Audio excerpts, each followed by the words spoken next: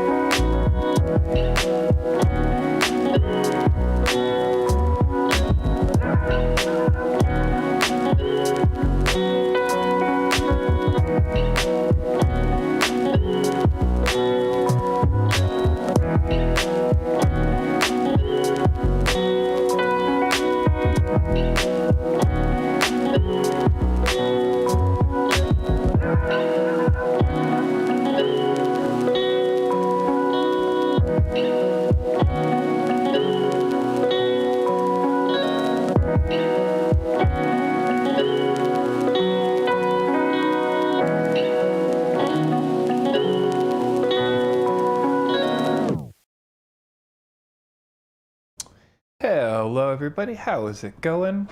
It is Wednesday, and it is time for another FPV chat livestream. Archimedes says it's Thursday at 2 a.m., so I guess it depends on where you are. But regardless, I think many of you are here on the FPV chat live on my channel. I have an echo. Do I actually have an echo? Or does it sound like I have an echo? Let's find out.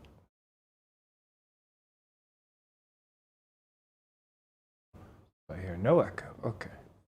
Don't see one on my side, but I will keep an eye out for it. All right. How's everybody doing tonight? We doing good? On a Wednesday/Thursday, depending on where you are?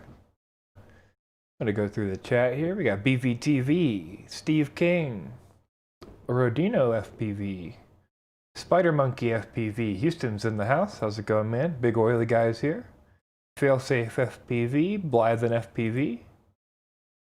Get Seeds right here is in the chat. Thanks so much for being here. Josh Feltz is here. Cheers to you as well. D-Man FPV, Christopher Hopkins, Double A, Flying Ram. Archimedes is here. Fat Boy. Rob C. Daryl Hickman. How's it going, everybody? It's so good to see you. So good to see you. So this is an FPV chat. I'm happy to talk about anything FPV related. Also, anything non-FPV related is fine if we don't have anything FPV to talk about. I will say, though, that there's been a lot of news this week. I think everybody knows that. So we're just going to flip over real quick to our other screen. Let me make sure it's actually correct. And we are going to talk a little bit about Dun dun dun. Is it this one? Remote ID. Ah! So we have new remote ID rules. I actually left your chat back there. Let's move that. We have new remote ID rules that came out, as well as flights over people and vehicles and night rules. We've been waiting on these for about a year since the NPRM was released, and now we got them. And I kind of want to know what you guys think about the FAA rules. I mean, I don't think anybody thinks they're really necessary for anyone's safety or the progress of the hobby, but I do think that this is a lot better than what we expected to get. So I'm kind of wondering what you guys think about the new remote ID rules. You know, first of all, we're allowed to put remote ID on our aircrafts, but they're not allowed to go BVLOS, so beyond visual line of sight. But we will be able to add a device to our quads that lets us do this. And we can operate over moving vehicles. We can operate over people in crowds. That's with the 107. You can operate with night flights without a waiver. You could just follow rules with 107. There's a lot of positive changes, I think, in this as well. However, overall, it's going to be a lot more tracking. They did remove the internet requirement, so now there's no internet requirement, so at least we're not always on, and anywhere that doesn't have internet can still follow the law. But I'm kind of curious to see what people think.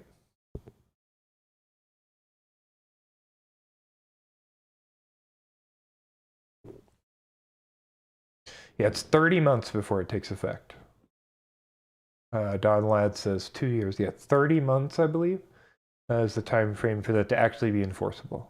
It's 18 months for them to start the implementation, and then another 12 months before the full thing. Fatboy FPV, yeah, chat limit is on because you guys talk too much, to be honest with you, and I can't keep up. So we'll turn it down if we have to, but the last couple have been a little too fast for me to keep up, and I want to make sure I can see what you guys are saying. So let's switch back here. Catch up to the chat again. So Don Lads, like I said, is here. Not G10's here. How's it going, man? Prop Damage is here. Eyal Markovic. How's it going, man? Double A. What is going on here? Sorry, I just realized that something is wrong with the camera. Give me just a second.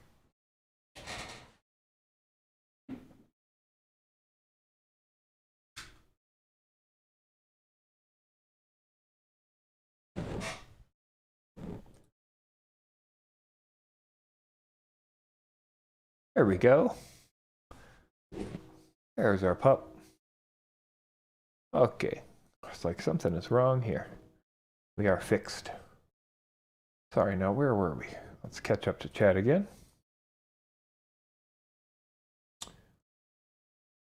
Double A's here. Chris Mel FPV's here. Sauce FPV's here.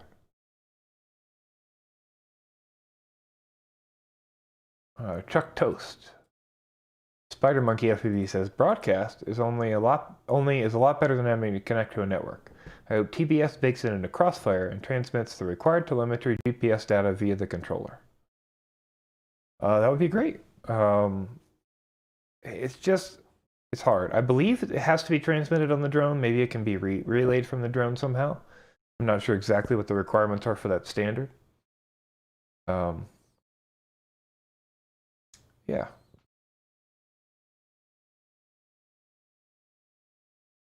Well, let's see.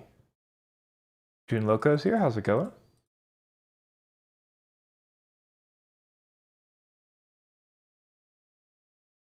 Eyal Markovic said, is 250 grams exempt on all of that? It is not. It is exempt from the remote ID requirements if you do not have to register the drone.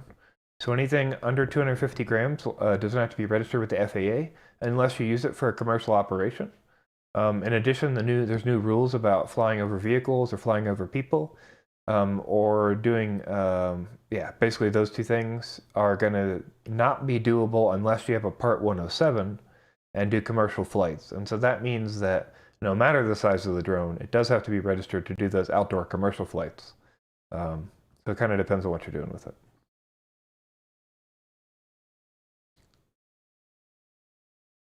Let's see. Don Ladd says it will change 10 times before it comes in. I don't know that that's true. This is the final published rule after the comments. So I'd like to see how that ends up. I'm not 100% sure that it is going to change that much before it finally comes in. I think it's 60 days until it comes in the register or something like that. Not exactly sure. Billy says, there is now a pup. It is. Dave Elric's here. How's it going? Chrismel FPV. Is there anything on long range or non-VLOS flights? Yeah, BVLOS is okay, but not for our quads. So any quad that you have to put a remote ID transponder on that's over 200, so basically any quad that's over 250 grams that you have to register, you can only fly line of sight. You will not be able to do BVLOS operations. So it'll be just like the law is now, basically, just with that remote ID transponder. And that's because it doesn't have to talk to a ground station if it's a separate remote ID broadcast device. So essentially, you put this broadcast device on your quad, and it will do the work to broadcast out over, I believe it's Bluetooth 4, Bluetooth 5, or Wi-Fi. And then it's going to broadcast locally. Yeah. So anyway. Yeah, so it's going to broadcast locally. And sorry.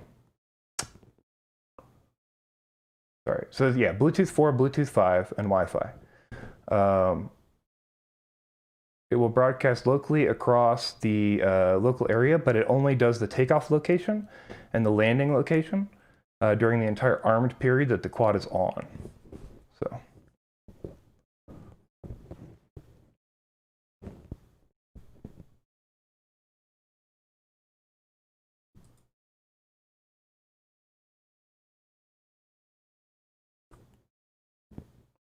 The Chuck Toast is here. Damian Matthews, how's it going? Jules FPV's here, how's it going? Damian Matthews says, can you recommend a good long range under 250 with the battery? I believe the Flywoo Explorer can be under 250 with a Lion. I'm not entirely sure, but I believe that whole bracket can be under 250. Any of those long range quads like the Flywoo Explorer. So I think those are probably the good option. Yeah, that's a build by Dave C. FPV, inspired by Dave C. FPV, as Spider Monkey FPV points out. Let's see. As Dave says, it is going to be 2.5 years out before it is really applicable. That is correct. But I think it's important to start talking about it so we have an idea of what's going to happen and how the technology is going to work. I think most people aren't really going to care about this. The enforcement's not going to change. So, they've kind of talked about the enforcement in this documentation, and it sounds like it's the same enforcement as it was before. I know most people aren't flying with a spotter, and most people fly BVLOS. So that's still going to be the same legality as it was before. I'm not really sure that this is going to affect most pilots in any meaningful way, but that's something we'll find out about as this comes out. So.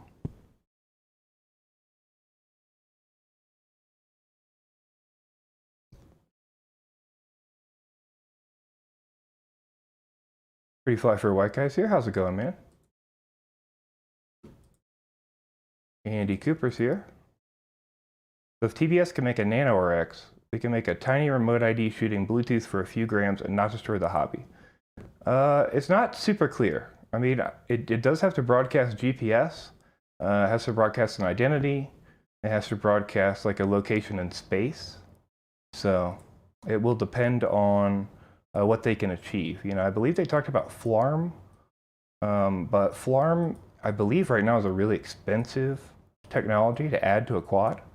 So unfortunately, I'm not sure that Flarm will be like the best option. I think Flarm is like $100 license fee per device right now. And I think they talked about trying to get Flarm to go open source or find some like open source option for that, but I'm not really sure what that would be currently. So I think that's something we're gonna have to wait on to find out.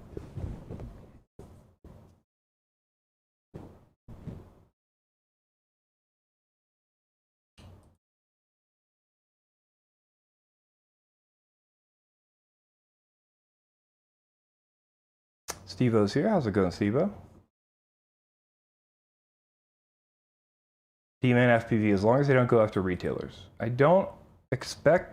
think the retailer issues are going to be, I think the retailer issues are going to be mainly like built quads. So I think you may see issues with bind and flies. You may see issues with like a DJI quad or another like built quad like that, but I'm not, as far as parts, as far as we know, because parts can become compliant by adding the remote ID broadcast device, there's no reason we couldn't buy parts to assemble a quad still. So I think all that will still be there, as far as we know anyway.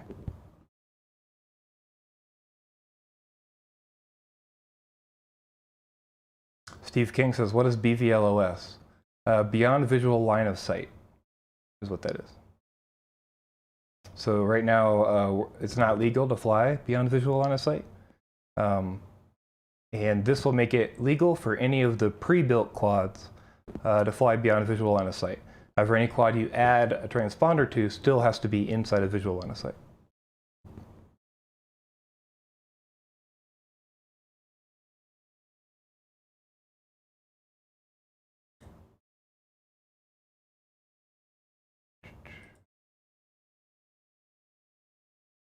Archimedes says, Trappy said it has to be free, so Flarm can't be used. Interesting.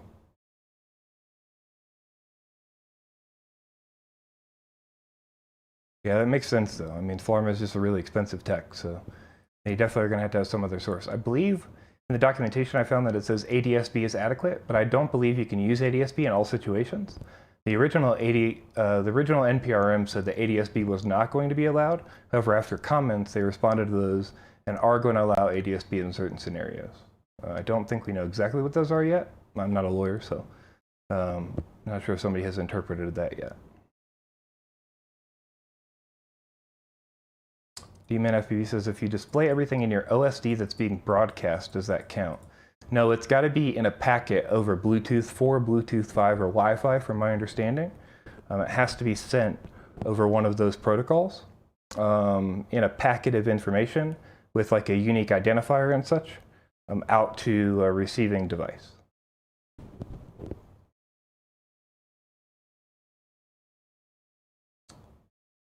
Again, it'll be a couple years before we figure this out. I think it's 18 months for the initial coming on board, and then enforcement starts like 12 months after that. So got like 28 or 30 months to be too worried about it. Archimedes, it actually is allowed. ADSB was added in the new law. Yeah, that was the NPRM that said ADSB was not allowed. So let's see. What else is going on lately?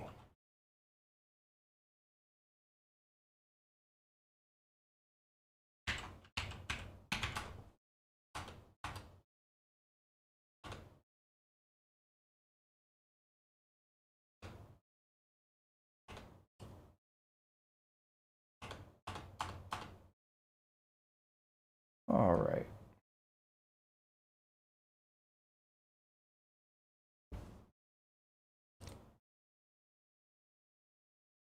So we could talk about, this is pretty cool. Pull this up real quick. Flip over here.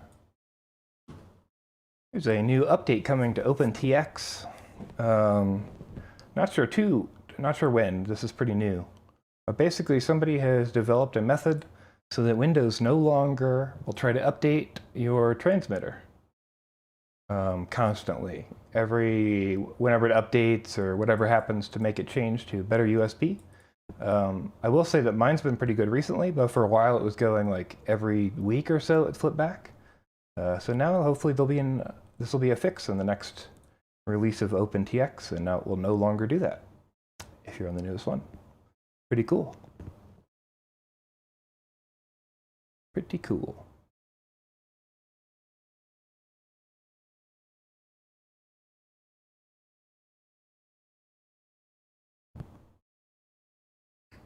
That boy FPV, I'm not sure about RDQ. Yeah, I really don't know what their plans are currently. I'm sure they're going to look at how the law is laid out and what enforcement will look like and what the requirements will be, but I think the law that came out is a lot better than most people expected it to be versus the NPRM. So EVLWorks says Happy Model's coming out with a toothpick other than the Crux 3. Is there a different one? I have not seen it.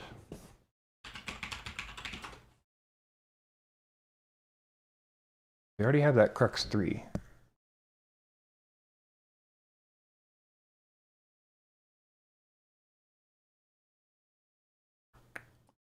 Let's see.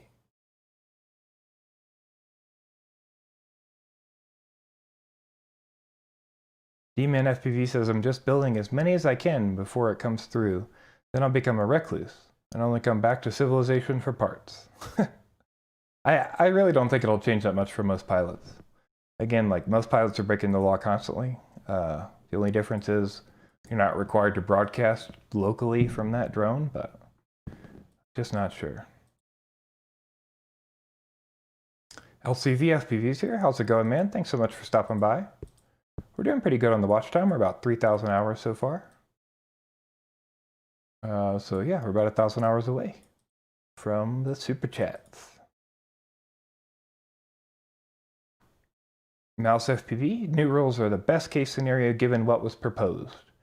Yeah, I think that's the case. I think if you look at the NPRM and you look at what world we were living in, they were mandated to make rules based on remote ID. I think this is a pretty good implementation of that. I think for anyone who reads the document, who spends the time to go through and look at what the comments were, they list and prioritize like all of our comments. They put and summarize like a lot of the comments. I mean, there were groups of just 20 or 30 people that they summarized that whole argument from that group of people. Single or small groups of businesses as well. They took all these arguments, all this conversation that they had, and actually used it to change and mold the law in a way that actually works closer to what we wanted. It's not the best thing in the world, but remember, previously we were considering that we would have to only fly at FRIAs or be breaking the law because there was no way to add anything to a hobby-built drone. And they basically totally turned that around because of the comments. So I think it's pretty good.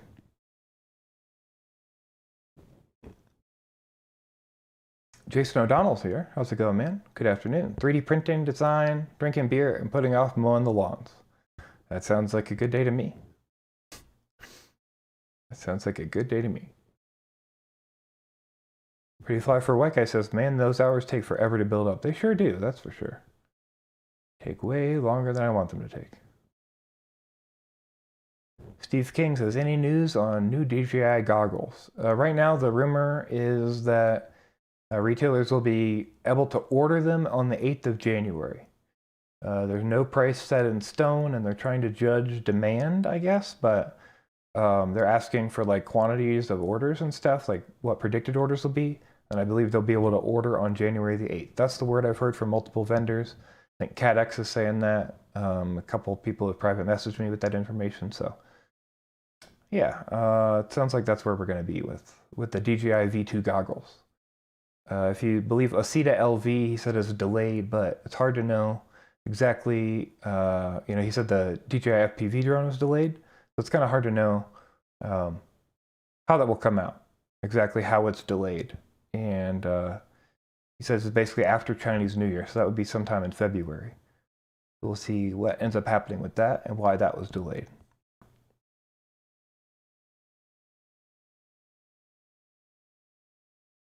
Double A says, I can tell you what I'm sure of. We'll rip it up in the hobbying sky. Yeah, I think people are going to rip it up no matter if it's legal or not. That's for sure.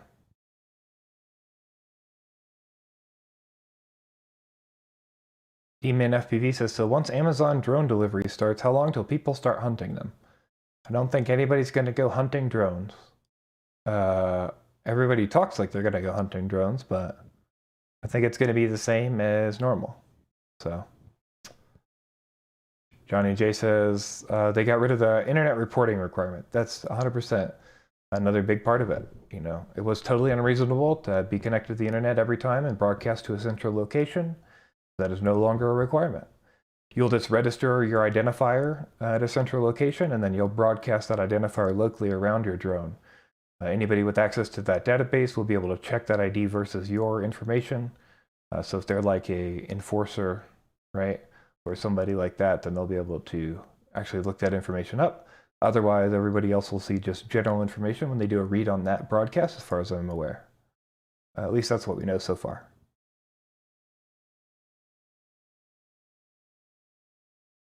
LCV FPV says, just sold an old double of mine just so I could comfortably spend a few hundred on some FPV parts.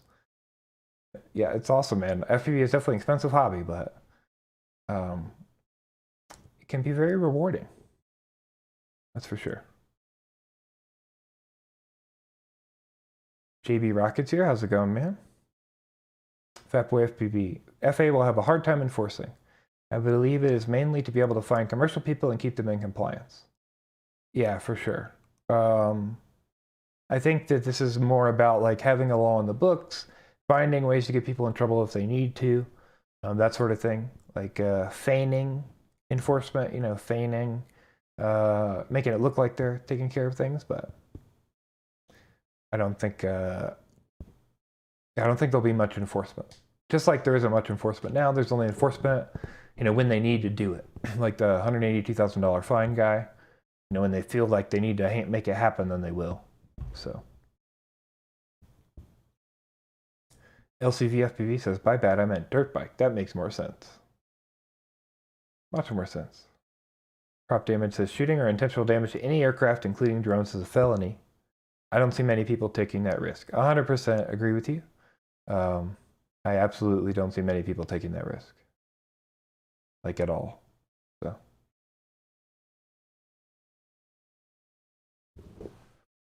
we might see like random, like one-offs or like random situations where it happens, but I don't think, by and large, I don't think it's going to happen very much.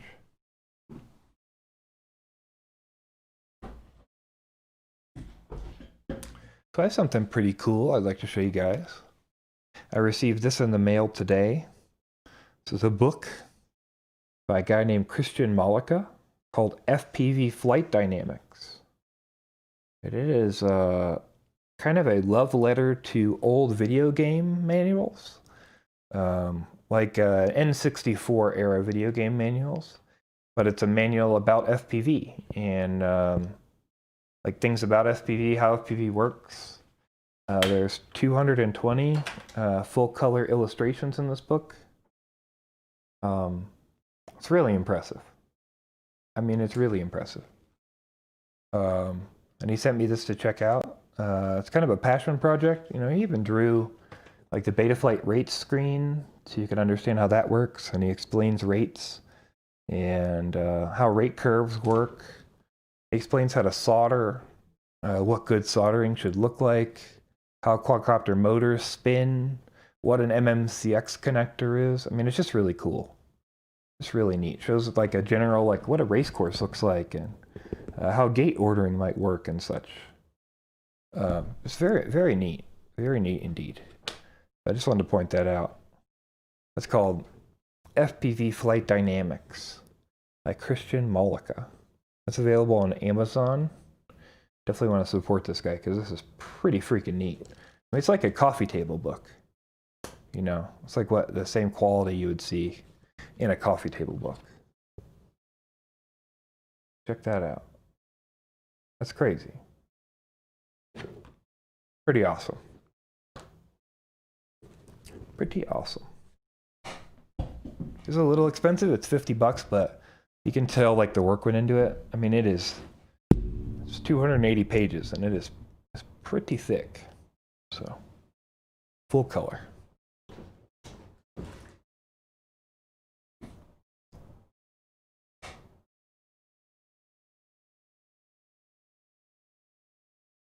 Demon FPV says, if people will knock over a bank for no reason, that they wouldn't grab a drone if possible. I'm not saying I would, but there's criminals out there, for sure. But it's like the same idea as like, I don't know how many people are, you know, knocking planes out of the sky and stuff. I don't know, so.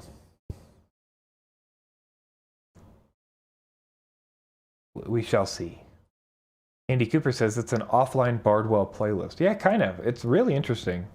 You know, he explains like a lot of words that I think he basically explains a lot of words that you wouldn't expect.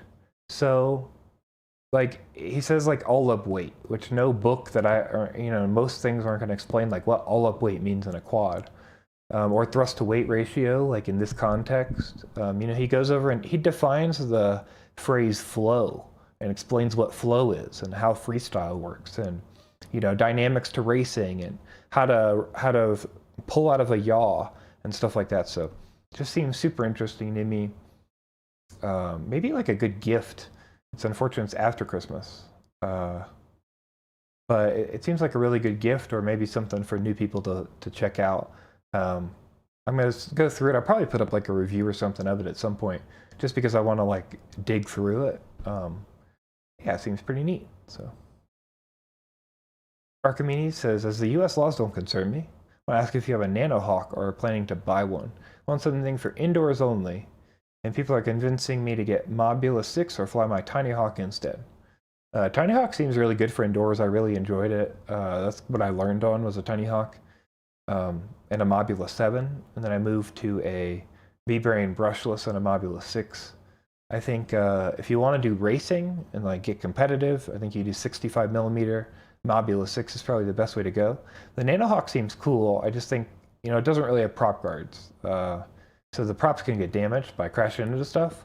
And if you're practicing loops, especially in angle mode in the house, you're crashing into stuff. I mean, I'm constantly crashing into stuff. So I feel like you're going to destroy a lot of props doing something like that on a Nanohawk.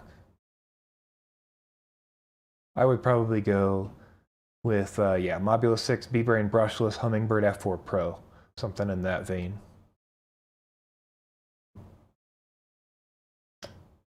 Bill Grimes, I learned the moves by the N64 Mario Brothers, then playing Halo.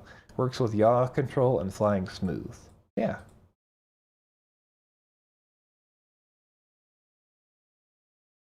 Quad Daddy says, man, I could have used that book instead of messaging my buddies at 3 a.m.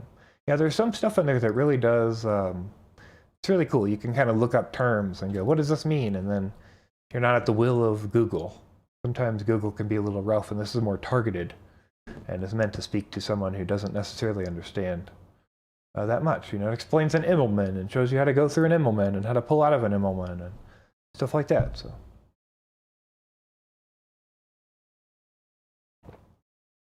D-Man FPV says, yeah, I would have told my loved ones to buy, but I didn't know about it till Christmas Eve. Yeah, I just heard about it pretty recently. I just got it in the mail today. He sent it to me a couple weeks ago, I think, so. It is pretty cool. Pretty cool indeed.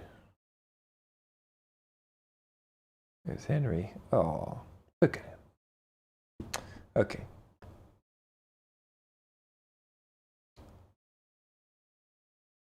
What else has been going on? Let's see. Cadex Nebula Pro's out. I think most people have talked about that to death at this point. Talked a little bit about DJI FPV2. That's coming. Tango 2 V3 got to upgrade to 1 watt. So if you have a Tango 2 V3, go ahead and make sure you're updating to firmware 4.0.8 or 4.08 rather. You'll get 1 watt on your Tango 2 V3. Took a while, but it finally came. That's pretty cool. Merry Christmas from Trappy. Fatboy FPV says, how does the Nebula Pro compare to the Vista? The Vista comes with typically comes with the normal DJI FPV camera. So if we're comparing to that camera, the main difference is just the weight is lighter and it's on a real 19 by 19 versus the DJI camera is like a 20 point something by 20 point something. So it's a little odd sizing. It seems like otherwise the sensor is very similar, maybe a little bit worse, but otherwise very similar.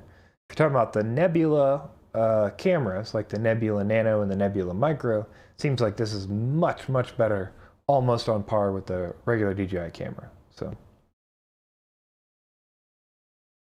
Bill Graham says the race gates are moving slower. Do they have different settings? Yeah, they have like 20 or 25 LED modes to go through, and then they have, I think, like 8 or 10 speed settings from slow to super fast. Yeah, I've got it in, I think, the slowest mode on like the rainbow spinning thing.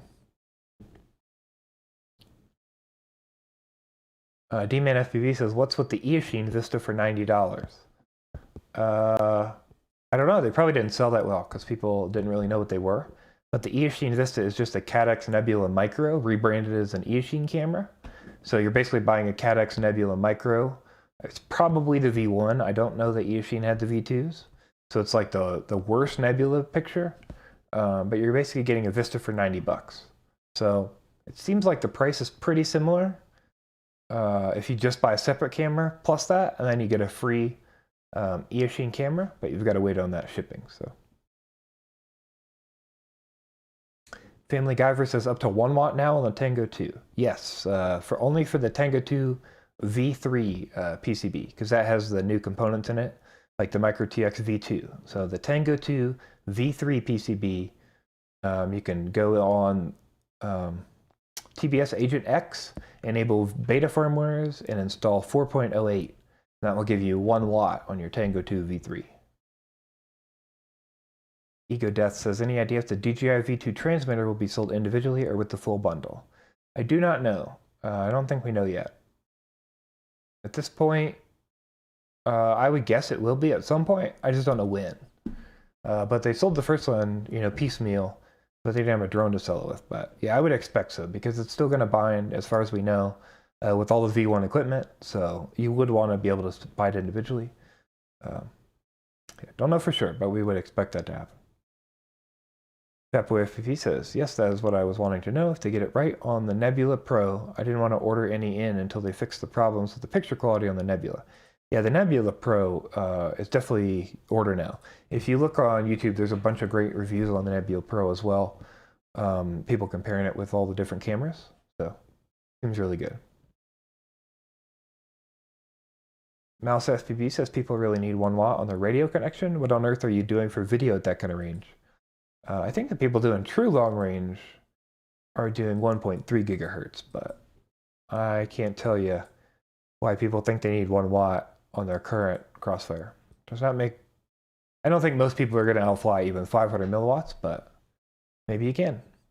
I will tell you that 1 watt is going to help get you that 150 hertz, like RFMD2 connection. So the faster mode, that 150 hertz is going to go way farther. Not way farther, but whatever percentage farther. So double power is, so 500 milliwatts. If you get a 1 watt, then you're going to get 1.4 times the range in theory. In theory, that is.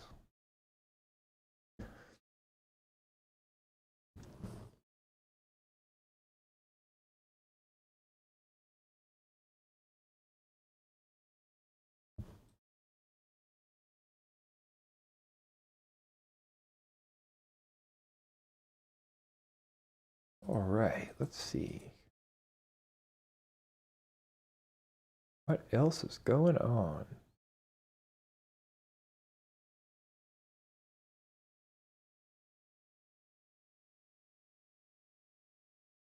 Mouse FPV says, that makes sense. Didn't consider dynamic refresh rate since I've only used FreeSky and now Ghost.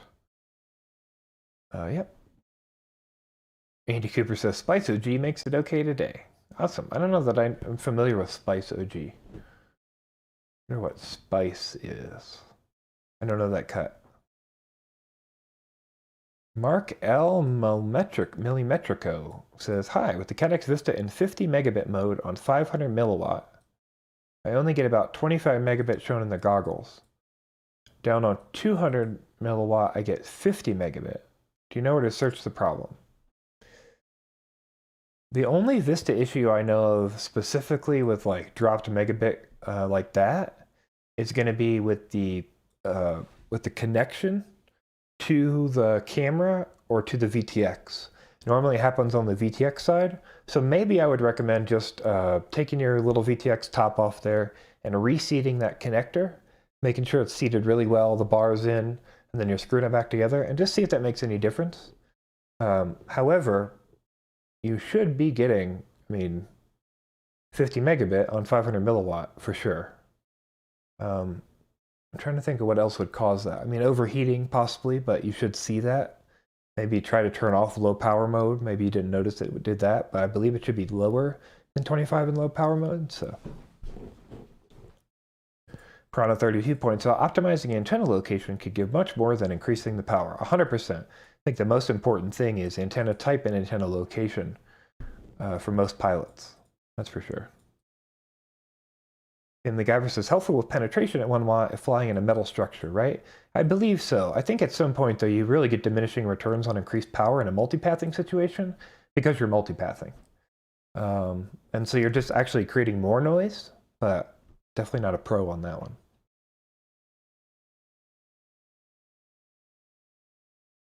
Archimedes, people usually want 1 watt because they use bad antenna orientation, or they taped it to the carbon frame and don't realize it's causing bad reception. Yeah, I think that's true. Also, I think a lot of people are using like the mini mortal antenna, and the mini mortal antenna certainly is not great. Even Trappy will tell you you're not expecting very much range on that antenna. So, B-Man FPV's here. How's it going, man? Happy holidays to you as well. It's almost New Year's. 2020 is almost over. Us Americans are getting $600, so that's fun. Who can complain about that? I'm sure some people can, but I'll be happy to get it. Piranha 32 says if you're testing with the VTX next to the goggle, you're most likely overloading the receiver. I was wondering if that actually happens on DJI, but it is possible that that's happening on DJI. And it's just so much power that it's not letting it max out. It's like limiting it. So you might make sure you're at a distance or go in the kitchen and just see if you're still getting that drop in power. Or drop in megabit per second. DJ Dubs is here. How's it going, man? Fat Boy FPV says, I'm waiting on a wing I ordered to show up. Gonna do some long range testing with Express LRS. We use an AKK 3 watt Ultra VTX. Boy, that is a lot of watts. That is a lot of watts. Obviously, you wouldn't do anything to break the FCC laws, so I'm sure you have your ham license and you know your local regulations. Ego Death FPV, what's your most recent build? I don't know. As far as full build, it's probably going to be I did a Source 1 like a few weeks ago. It's probably the Source 1 5-inch that I have. I'm going to guess that's my last one. I think that's correct. I tried to build a TP4, but for some reason my CAM VTX combo is not working, so I need to troubleshoot that. And then I still have a KISS build I need to build, but I don't have a frame for that. So I got to figure that out too.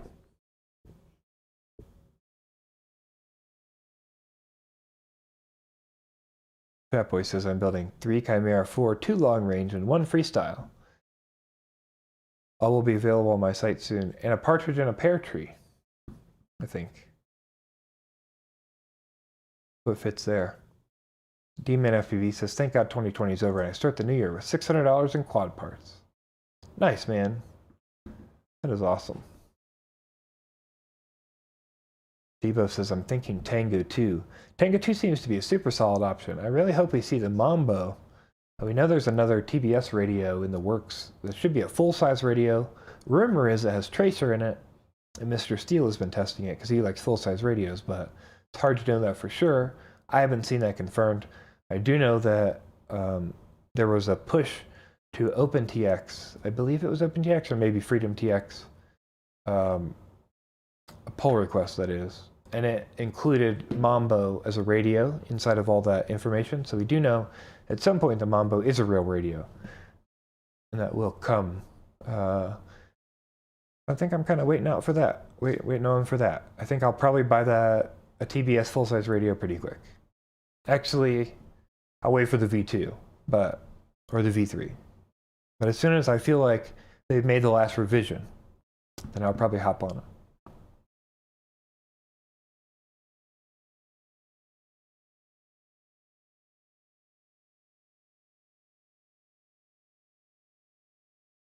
That boy FPV says, now that's a good American spend that Congress money on FPV. Hey, yeah. I think I saw a bunch of people do FPV money with their $1,200 when we got the last stimulus. I feel like a lot of that went to FPV. And a pretty big surge of people show up in the community around that time, so. ATEC FPV says he would like a foolish radio. Yeah, I think we're going to get that from TBS. The assumption is it will be made by Radio Master because Radio Master is the one making the multi-protocol modules, but just not 100% sure on that one. Marco Metrica is going to check out the connections on his Vista. Good to know. Christopher Hopkins is building another 5-inch, 3-inch, and his first 75mm. You have a 5-inch, a 3-inch, and 3 newbie drones all in 4 months. Yeah, that sounds about like me, man. I got some used quad lots from people who were getting out of the hobby. And so I got quite a few quads pretty quickly.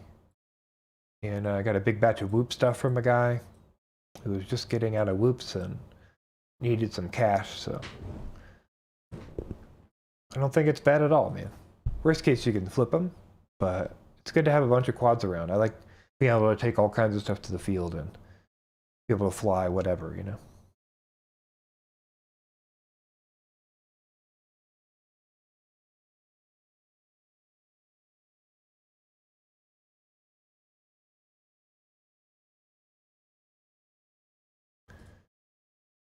Let's see what else is going on recently.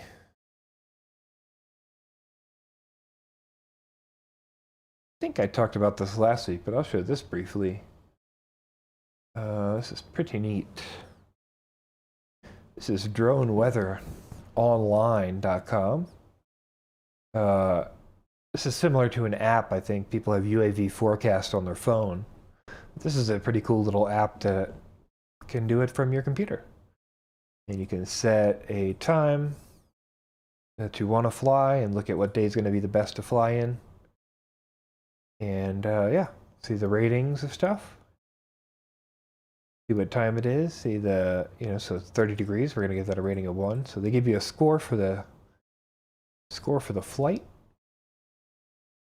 It's a pretty neat little concept made by Reinout Winholtz. I think I'm saying that right.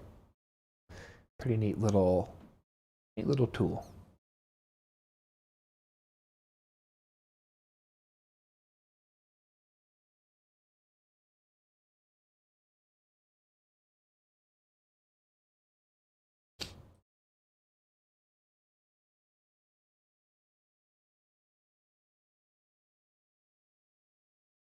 Crack at FPVs here. How's it going, man? Good to see you.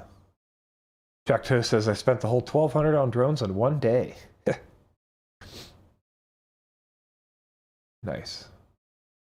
Copter 612 says, that a boy, Chuck Toast. And indeed. ATEC FPV says, do you all use some sort of spin wheel to pick your spot to go for the day? Me and the dudes can never flip and figure out which area to go rip in. Need an app for that. That's not a bad idea. It's spot roulette. I think for most people, though, it's like finding any spots at all. So probably consider yourself lucky. There's a bunch of places to go, but I would say just mix it up or do the thing you haven't done in a while. A lot of people here in Denver, I'll go to similar places. I think I commonly hear people go into Currion, which is like a Denver Tech Center, like an outdoor office park area. And they seem to go there and then kind of decide where to go after that. I think that's not a bad idea. Maybe even go spot hunting. Stevo says, it's good to have backup quads. I just converted a Tiny Hawk Freestyle V1 to a V2 with tiny sleds, TPS RX VTX sled. Now I have 2 of them. That's awesome.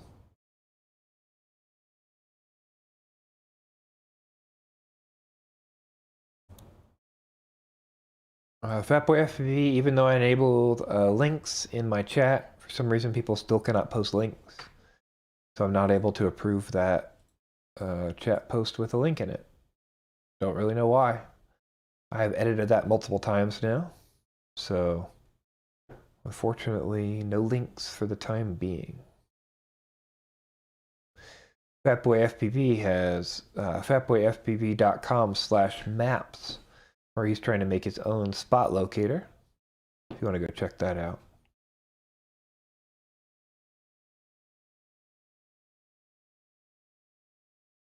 D-Man FPV says, I think I like building as much as flying.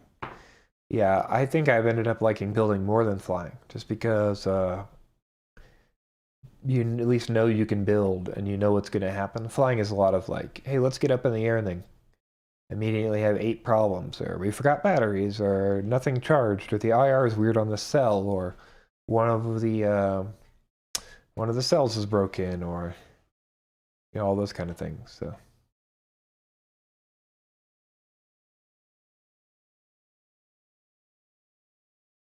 M. Baldwin says, I'd like to build a 3-inch with a Vista. Any frame recommendations? So it really depends on what you want out of that 3-inch. I think a common way to go on that is the like GEP-RC rocket style. That's that size, like a 3-inch that's fatter, that you can put prop guards on. Or you could do like a D-case Vista, and then you could do something like a TP3.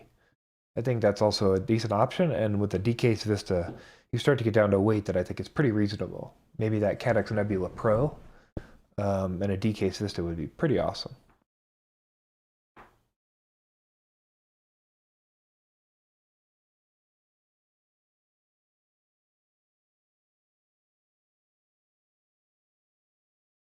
Lots of other options in the chat people want to recommend. We got the Ethics Cinerat 3-inch from Bertel. DJ Dubs recommends the Gecko 3-inch or Acrobat Duo. Yeah, Acrobat Duo is a good option, that's for sure. Definitely nice, and it's basically the opposite of a TP3, I would say. Which is fine. It depends on what you're looking for. Acrobat Duo is like a really good basher, that's for sure. Stevo also recommends the Gecko 3.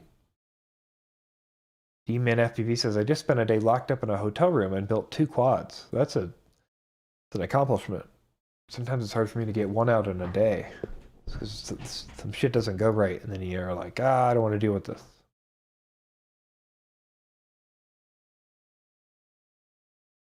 Huff19 FPV says, I'm building a Holy Bro Copus Mini. There you go. There's another option with the Vista right now.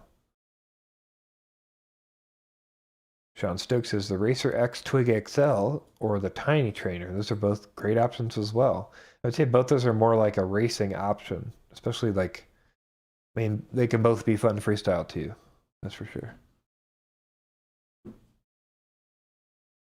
Lots of good options for Vista builds in the 3-inch category. I tend to go lighter. Not too light, but I definitely tend to go lighter.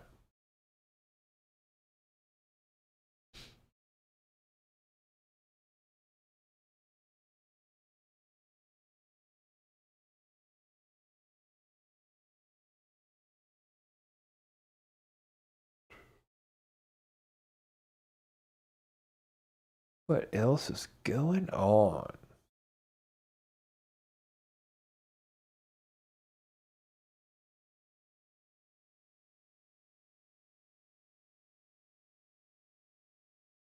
I am going to be testing Tracer soon. I still have my Tracer kit I'm going to pull out and actually do some testing on, but that's not happened yet. Still trying to decide which drones to put that in and how exactly I want to do my testing for Tracer. Well, hopefully I will do that sooner rather than later. Get that information out.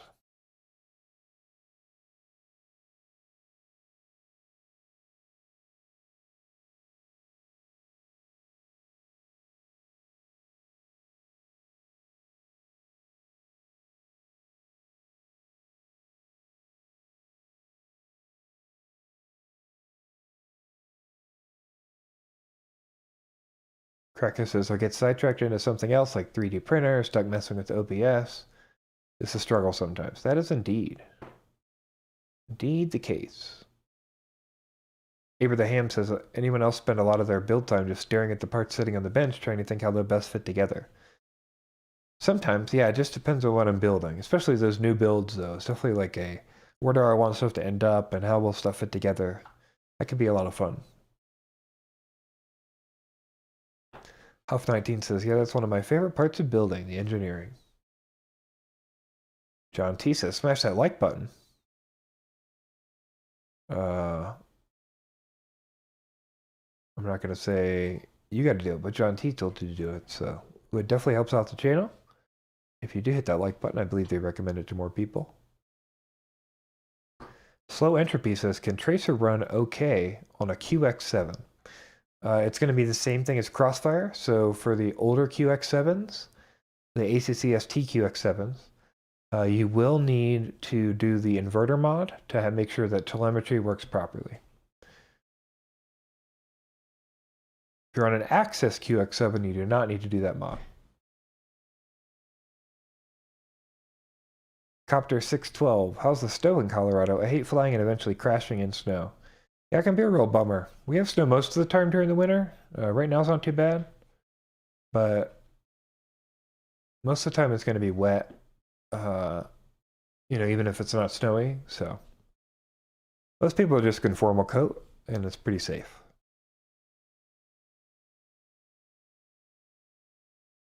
But there's always a risk, that's for sure. I typically just don't fly in the snow. But if you want to fly a lot of the year, you definitely have to be willing to do it.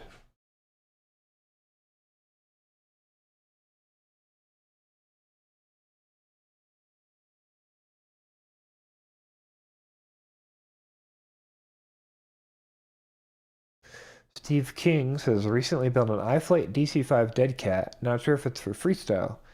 Might change the frame to ape. What do you think? I don't think anything like it. I don't think a dead cat really makes that much difference for like freestyle capability these days because of the way the PID loop works. So I think that frame is perfectly fine for freestyle. Might be a little heavy. I have to look at weights, but.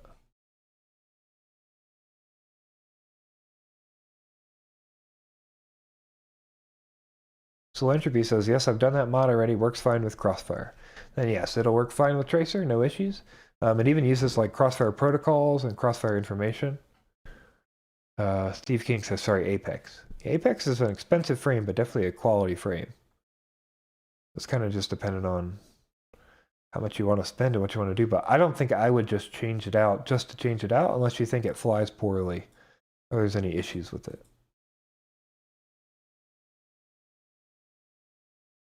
Huff19 says, been staring at my Moongo for the past 2 days. Yeah, I definitely do that a lot. I think if I put together all the parts I had and tried to build quads, I could probably build quite a few quads. I just have to get myself together and make it happen. Fellows here, greetings from the UK. 2 a.m. and stuck at work. Oh, that is a bummer. Graveyard shift indeed, huh?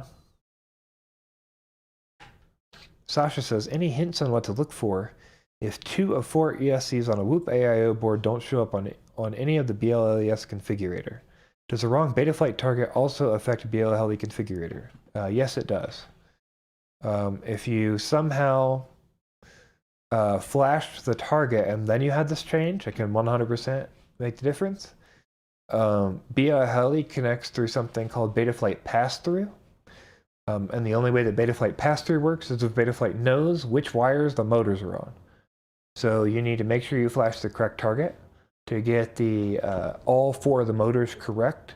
And once all 4 of the motor maps are correct, then you should be able to see all 4 of those motors in BLHeli. Now, it is possible, of course, if you just flashed BL Heli and didn't change Betaflight, that you somehow broke two of the motors. That's also possible through the flash, like you flashed wrong. And then you would need to use a device like an ST-Link on the C2 pad to flash your ESCs back to life, which most people are not going to go through. If you see all Y's in Betaflight, but you can read them, then that means you had a bad flash with the name of the ESC. Then you just need to flash ignoring MCU layout in BL Heli Configurator.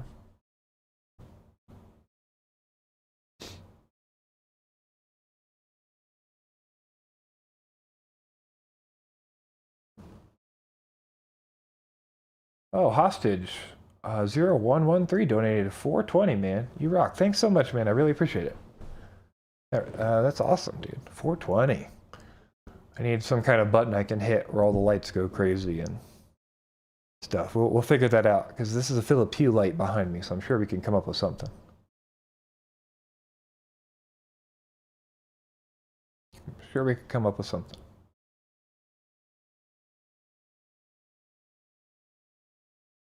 Sean Wan says, I'm looking to start my first race build on a 4-inch frame. Unsure which motors I should use. What would you recommend, Sensei Blunty? I would like to run 4 and 6S alternatively. On a 4-inch frame?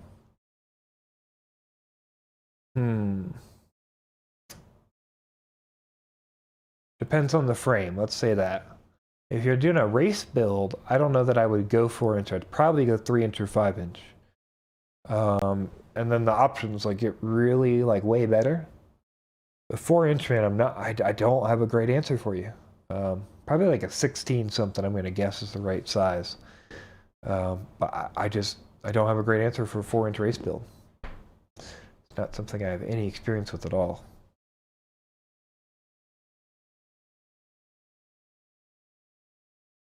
Slow Entropy says, thanks, mate. She's an old girl now, but she keeps on working. Yeah, the QX7 is a great radio. I always have one pretty close to me. And I have actually two that I have just because I got one for really cheap and I didn't get rid of it. It's a good donate or let somebody new borrow it, you know. QX7 is an excellent radio.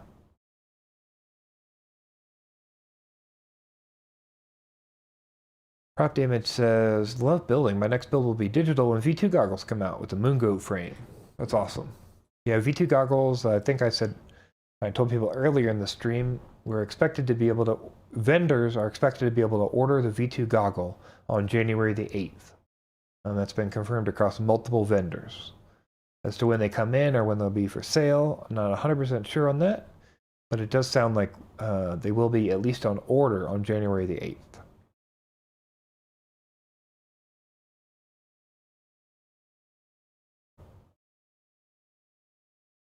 Sasha says, all right, makes total sense. Guess I have to find someone with the same working board to make sure the resources are correct. Yeah, you should just be able to flash the original target, probably from the manufacturer. Yeah, or just find somebody online with that, with a config dump. Bardwell has a config dump on one of his videos. I believe maybe you could look in there and see what you could find.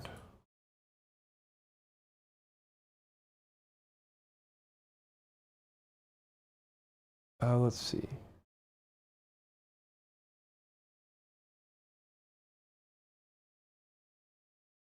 Fatboy FPV says, I can make you an ESP controller that will run your LEDs if you want. I mean, right now they're just running off, like, it's its own LED controller on the gate. So, yeah, I'm fine with those right now. Eventually, maybe I'll do, like, LEDs in the room or something, but I don't know. Looks kind of generic streamery kind of to me, so this is, like, almost enough for what I want to do.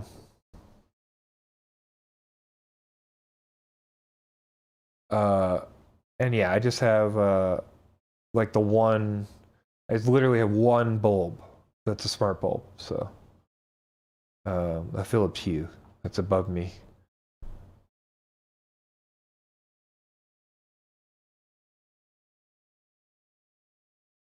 Huff 19 FPV says, I'm planning to rotate my ESC 90 degrees on my build. Where should I be looking out for? What do I need to motor map it in beta flight? Yes, if you just rotate the ESC, you need to remap the motors.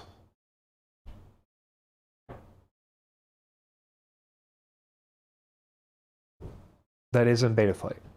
You will go in the CLI and remap the motors. I'm sure Bardwell has multiple videos about remapping motors. But yeah, you're just basically going to get the...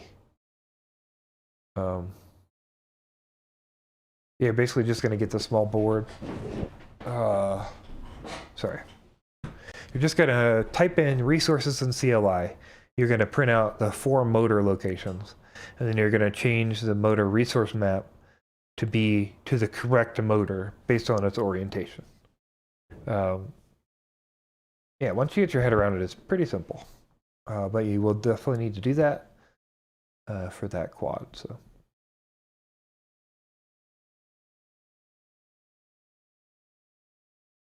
Fatboy FPV says 1404 is what iFlight uses on the Chimera, but it's an ultralight build. Yeah, that's what my concern is, ultralight versus like a real size quad.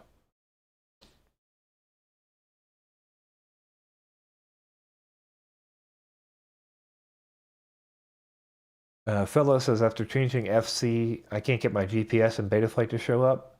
Everything is correctly connected and the GPS gets power. Worked with the old flight controller. Yeah, unfortunately, I do not know anything about GPSs. I've never used one. It's on my list of things to do, but I have never used one currently.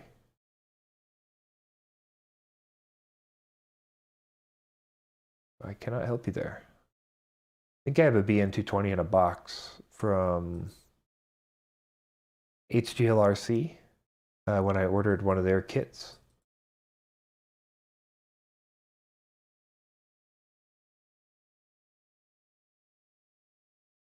Crack FPV says, WLED is awesome. LEDs are cheap. Just get the 12-volt ones and not the 5-volt, less power injection needed.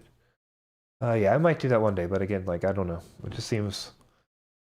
I'm only doing these LEDs behind me because I have these gates. So...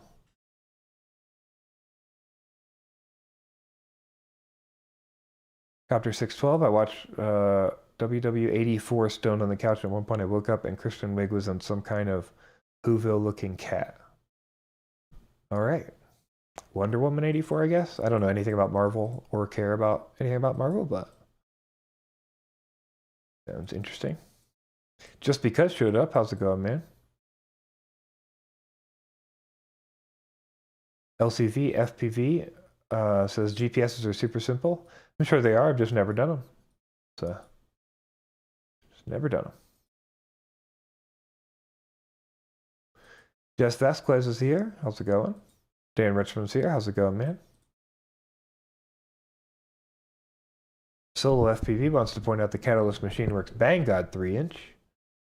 That is a heavy quad, but it definitely seems pretty cool.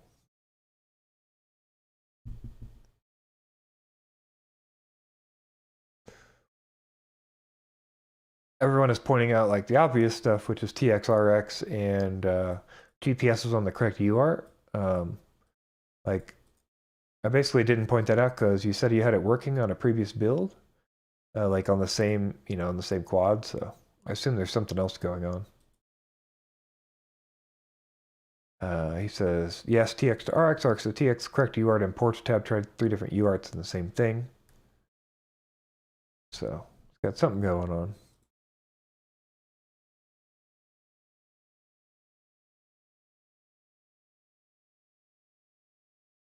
Dan Richmond says, yes, that new Wonder Woman movie was super disappointing. I've heard people say it was great, and some people say it was terrible. So, not sure what to believe, but I will not be seeing it regardless.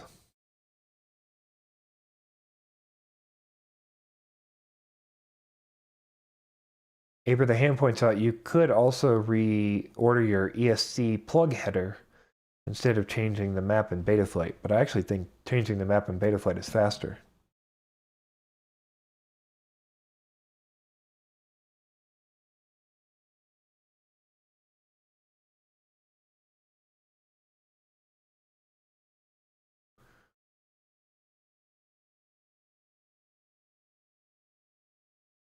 Solo FPV says Banggood 3-inch was built for the Cadix system.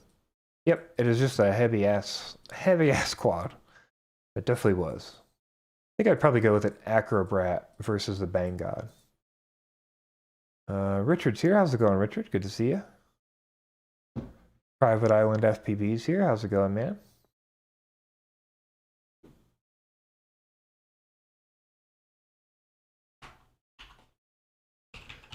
One second here.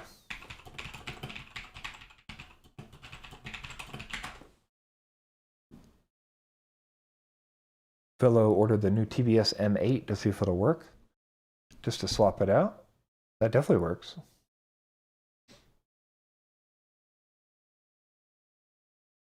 eDoc says manual YouTube braid from Ciati stream.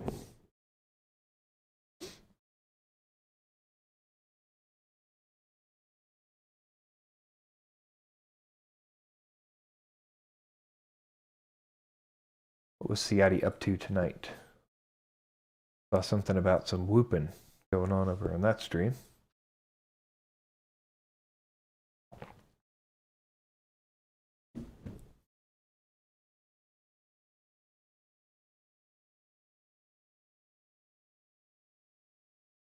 Private Island finishes the hell with hello.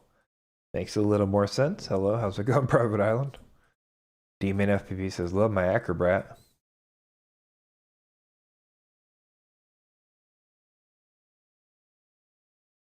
Jane Richmond says, I lost my toothpick drone without a buzzer in the grass for 30 minutes, and my dog found it for me. That is awesome. As long as he's not eating it up. That is awesome.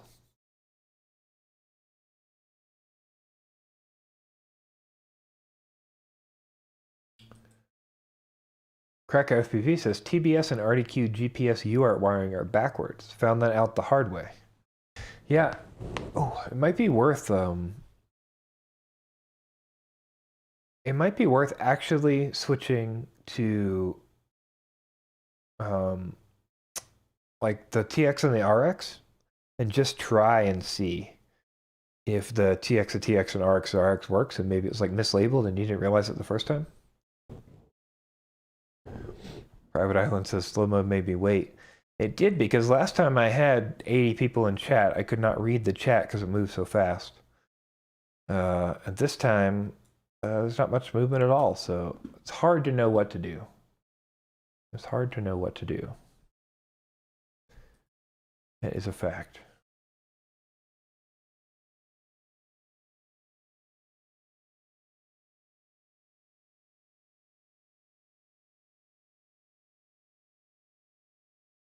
MCP FPV showed up. How's it going, man? Good to see you. Just realized you were streaming an hour late. I'm here. I am here, though. So it's good to see you here. Richard said, same happened to me when my quad dropped in a neighbor's yard. My dog found my quad. Had to replace the XT30 and 2 props. It's better than replacing a quad.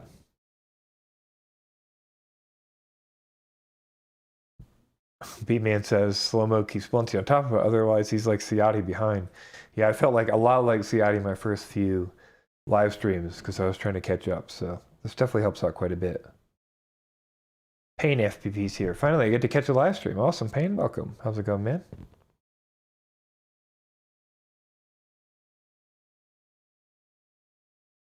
Oh my gosh. Fatboy FPV says, my dog did the opposite.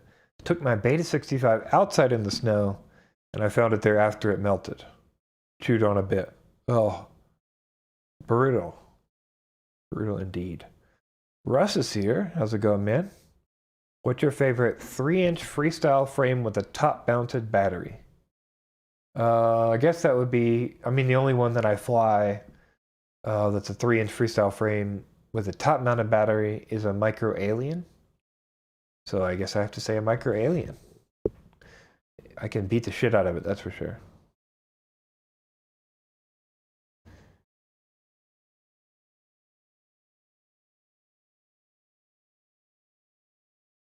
eDoc says, my dad's dog caught my toothpick too and wrecked the ribbon cable in my baby turtle.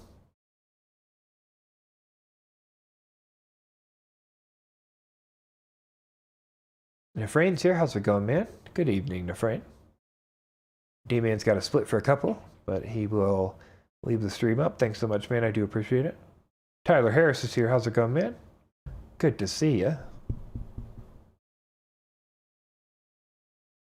Russ says, I have not heard of the Micro Alien yet. So I believe it's a little bit older of a frame, but that's actually, that was my first build, actual quad build, was a Micro Alien. Let me grab that real quick. It's very basic.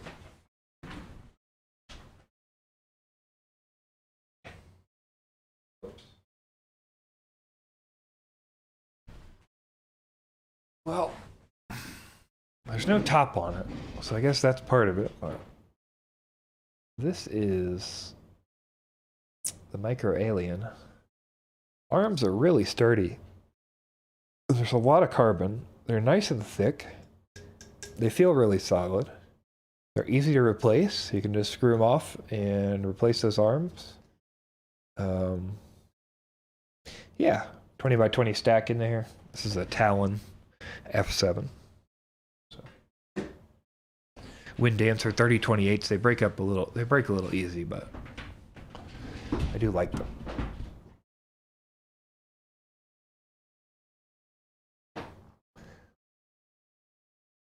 Private Island FPV, I hope you had good holidays. I did. As good as they can be. Me and Henry had a good holiday. MCP FPV says my dogs could care less about my drones. Yeah, Henry does not care at all. He hears the startup noise and kind of looks around, but does not really bother.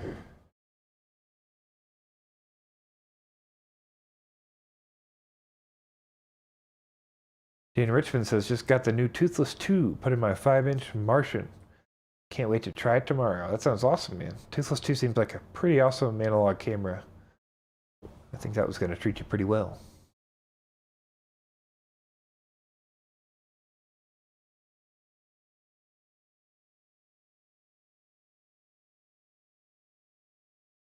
Mad Fisher's here. How's it going, Mad Fisher? What's up? Oh, good to see you. Copter 612 says the Micro Alien with JHMCU 2020 AIO. That would be definitely lighter. I have a separate. And BH 1504.5s. Hurricane 3016. Interesting. That's actually quite a different build than I have. Brother Hobby 1504.5s. I have the Emax RS 1306Bs. So I'm more like the classic, I think, Basher build.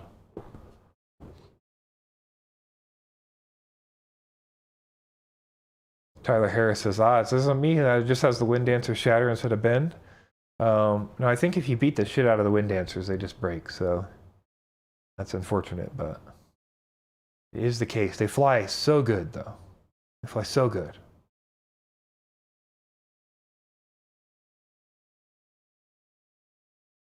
Ferocitor's here. How's it going, man? What's up? Russ says, looks great. I have a ton of 3016 props. Hopefully these will work on the Micro Alien. Yeah, try to build it a little lighter if you can. Just shoot light on the build. Maybe an AIO if you can, if it's reliable. But 3016s are definitely solid props. Crunked is here. How's it going, Crunked? Good to see you. Toothless 2 is the shit, so I have heard.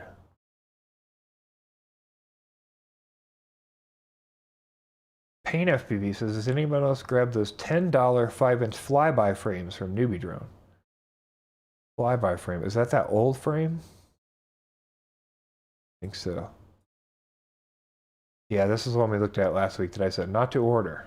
So it's $10. So good luck, but it just seems like it's not very reliable. It's an old design, which I think is why it's $10, but hey, maybe it'll be great. I'd love to hear about it. I'm sure tons of people ordered them, so I bet we'll see quite a few builds with them show up. Eric Allen, FPV's here. How's it going, man? Good to see you. Dan Richmond switching from a Runcam Sparrow 2 to the Toothless 2.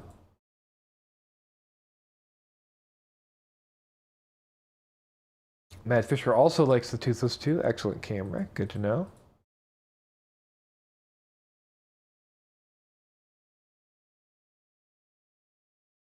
Bone Bear lost a 3-inch.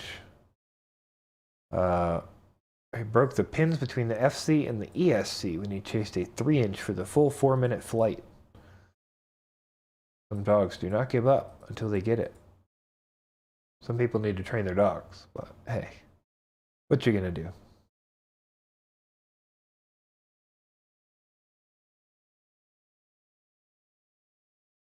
Ken Richmond says, I flew under Golden Retriever between his legs. Didn't like it, but it was worth 100 Woot points. Well, you gotta get your 100 Woot points, so. Russ says, thanks to everyone. No problem. Crunked is a mod copter. I will also make you a moderator. Because I think you're okay with that. Crunked, that is right.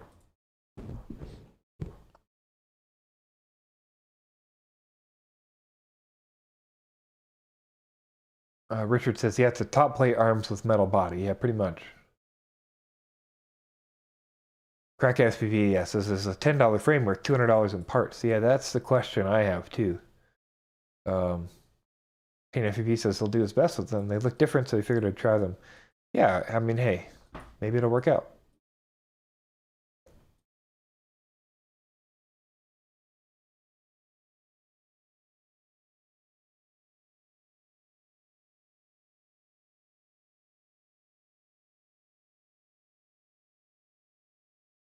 Dauntless is building a tight 2-inch freestyle. 2-inch freestyle, interesting. What is a 2-inch freestyle frame? What frame is that on? That's just... Yeah, I don't know. That's interesting. Jesse Williams says, can a Tyrannus QX7 run XSLR for Ghost System, or should I use S-Bus Fast? SXLR is on Betaflight, not on the QX7. So, unless I'm totally confused about what you're asking me, you should be able to use SXLR, yes.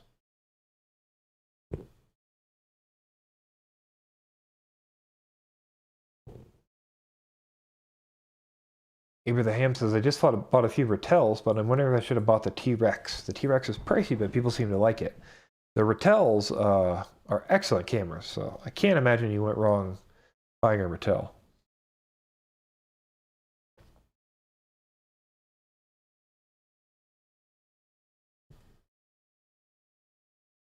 MCP FPV says, Netflix. Oh, Crunked says, I just watched Inside Out. Hit me right in the feels. Yeah, I try not to watch movies like that. I cry at like everything, so.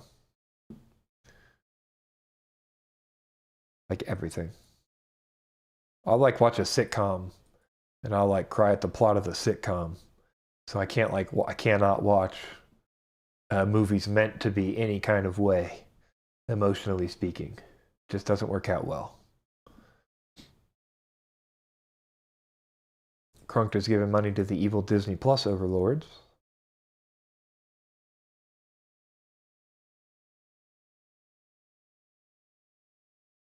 Mind Vendors here. Getting blunty with Blunty, good to see. Always happy to encourage that behavior.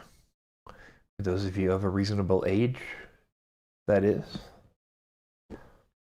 Kyle Wickline, I did speak about the FAA ruling earlier in the stream. Probably the first 15, 20 minutes, something like that. We talked about it. If you have any specific questions, I'll be happy to respond to those as well as I can.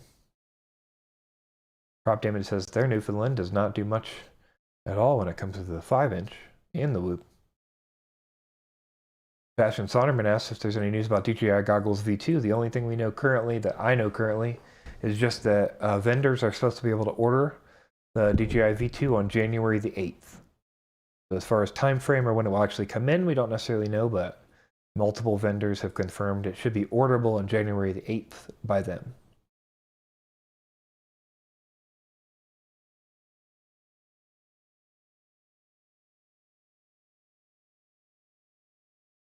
Dauntless says this an old Banggood frame will upgrade to a Rip Squeak 2-inch.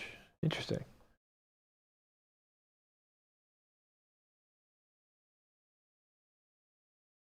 Jesse Williams says, okay, I thought it was Spectrum protocol. It's a Spectrum, like translation on Betaflight's side.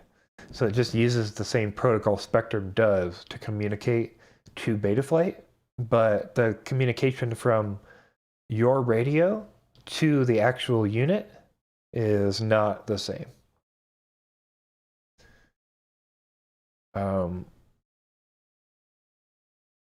Sean Stokes says Ghost runs great on the QX7 using SRXL2. Yeah, okay. Should be totally fine.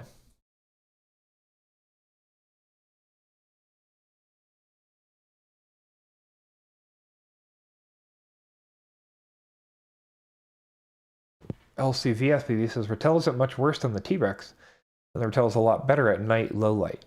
That's good to know. There are great things about the Ratel, so I can never trash talk a Ratel.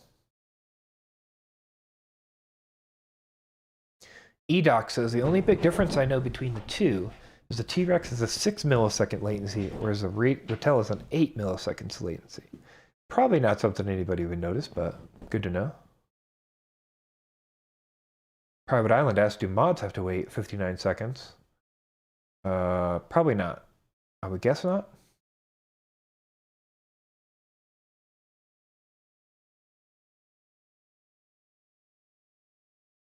Krunk says, seeing Inside Out, literally a movie about emotions. Yeah, that's kind of what I figured.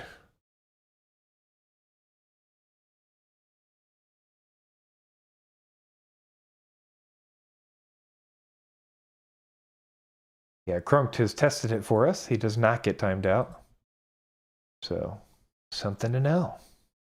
Sammy DOFG asks about the specs on the new DJI. As far as I know, there's nothing really special that we know of for sure. So, unfortunately, nothing we know of for sure. All right, let's try it. I'm gonna move slow mode to 30 seconds, even though I'm losing with the chat because you guys are stressed about slow mode. So let me fix that here.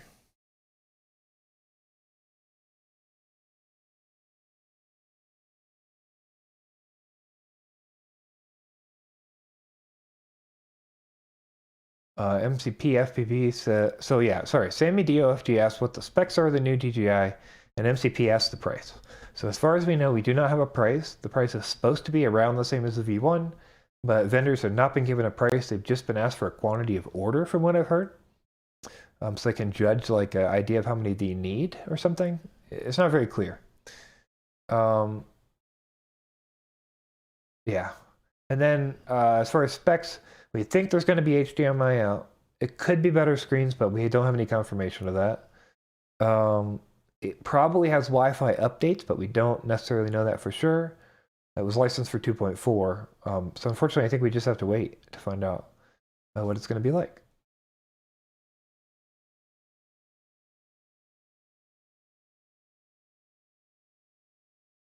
Dauntless FPV says, got a TS100 today. Awesome to have a temperature-controlled iron. The Roland firmware rocks. Yeah, I've heard really good things about the TS100. I've just never bought one because I'm always at home. But I definitely think that seems like a solid choice. I mean, so many people use the TS100. Or that knockoff, I think. Newbie Drone? Somebody has a knockoff version of it now, too, so. Just because so says it looks like I gotta move some flippin' snow after the stream. Good times. Kyle Wickline wants to know if anybody's tried a Naked Cat Vista. Plenty of people have done Naked Cat Vista. I think they're super solid. I haven't seen a lot of downsides to them, to be quite honest with you.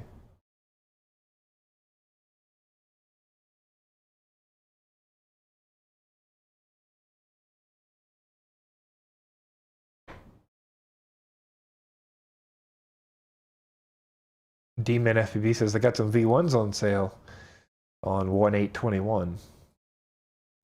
Yeah, I'm sure we'll have quite a few pairs of those for people who are switching. But I bet there's going to be a decent demand for them, so I bet they'll get snatched up pretty quick.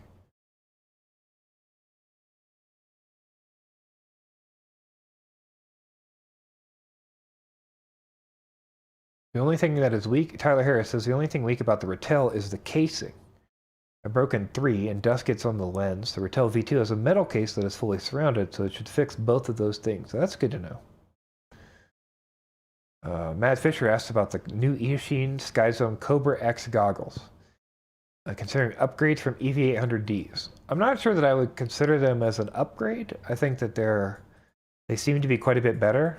You want the Cobra X, not the Cobra S, so like the nicer ones, because they have a better DVR and they have better screens and stuff. But I don't know that they would be a reasonable upgrade from the 800Ds. I would probably wait, save money, and then try to go for something like quite a bit higher on the list, even if it's like some kind of Fat Shark goggle with diopters if you need them for glasses. That's probably the way I would go.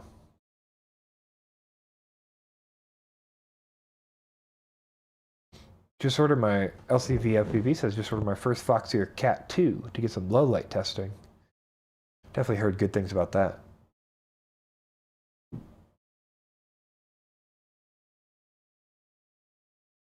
Krunk said he's had a great screen while flying for a second on a Ratel, but they replaced it, so that's good to know.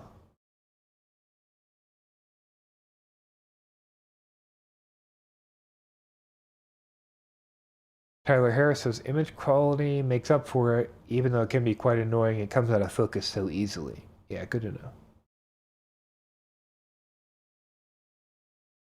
Krunk wants to let people know the Cat V2, the FOV has issues. It feels like you're 3 feet out in front of the camera, get a replacement lens. So that's an interesting point.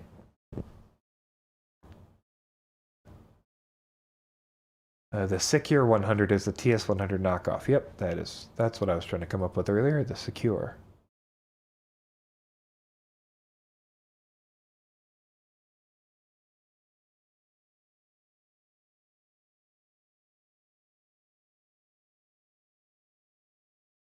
Copter 612 says, I'm thinking about building a captain's nest on the top of my house to be able to fly over miles of farm fields.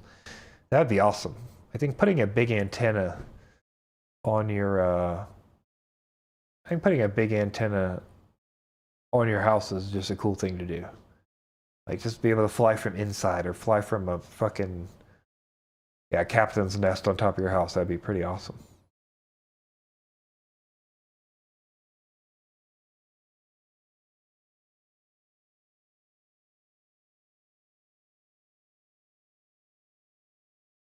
Kraka FPV. I flew it at night. That's the only reason I got it was for night flying. Yeah, good to know. Drone says Cobra X has a good receiver. Yeah, it seems like that's like the reason to upgrade is the receiver. And like I think the screen's probably better too, but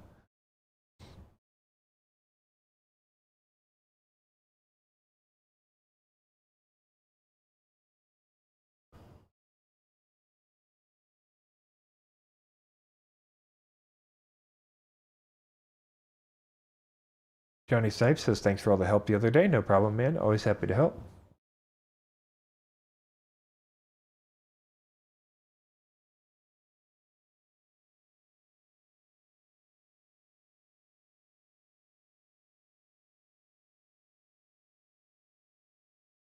That boy FPV also wants a captain's nest on the top of his house.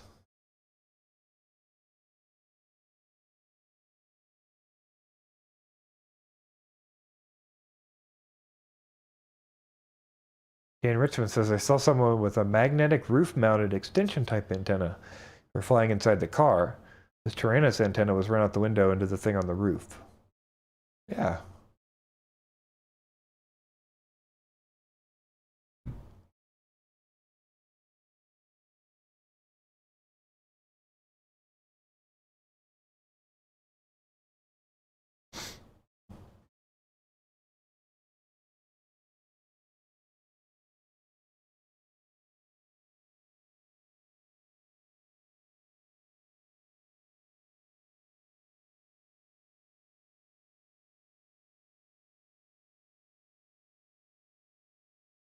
Sorry about that. All right, let's see.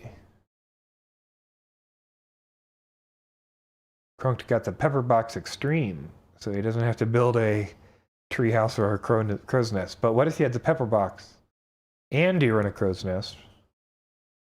Think of the range.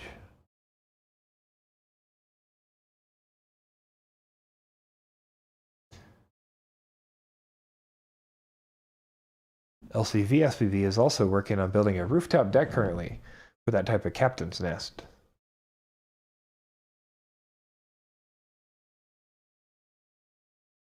You've just hit 100 concurrent viewers for the stream. Shouts out to everybody out there. Thank you so much for stopping by. If we could get some likes in the chat, likes help get this recommended to other people, and it's simple to just hit a quick button if you do like it. If you don't like it, please hit the dislike button. I would not want you to do something you're not okay with or you don't agree with. So please let us know how you feel. Any interaction is good interaction, so happy to have you respond in any way you feel.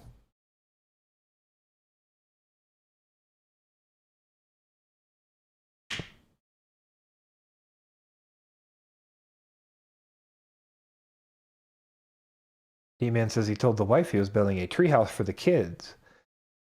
That is a good move.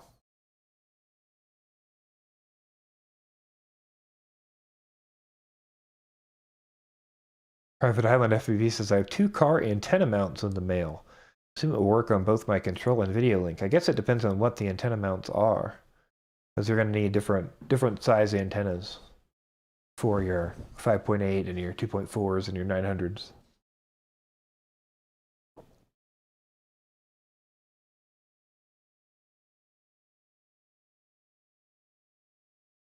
Private Island is impressed with his pepper box.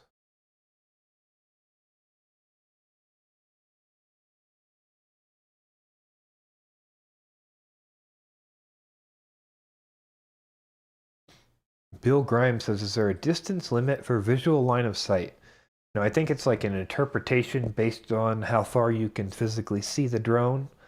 I don't think there's like an actual standard for what counts as VLOS. I think it's supposed to be, you're supposed to be able to maintain actual sight of the drone, but I don't think they can prove that. So I bet there's some kind of like ultimate range where no matter what, it doesn't count, but that's not something I'm aware of.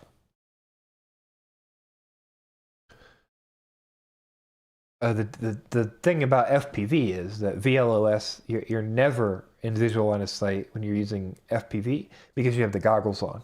Unless you have your spotter there, you're always breaking a visual line of sight law regardless. That's why we would want beyond visual line of sight for FPV pilots, because then if we put the goggles on, we're not breaking a law by putting the goggles on. Tyler Harris says, anyone use the SkyZone module adapter? Hopefully it works without any additional latency. Just got rapid fire and I'm waiting on the adapter for my O2Cs. As far as I know, none of those module adapters have any latency at all because they go through the AV in. It would just be based on the AV in latency on your goggle. So if your goggle has any AV in latency, then that would cause that. Dan Richmond asks about a spot locator. fatboyfpv.com/maps. That's fatboyfpv.com/maps is the one Fatboy FPV is using. Again, for some reason, Fatboy, I think it is blocking that link. That one might have went through, but it's been blocking links.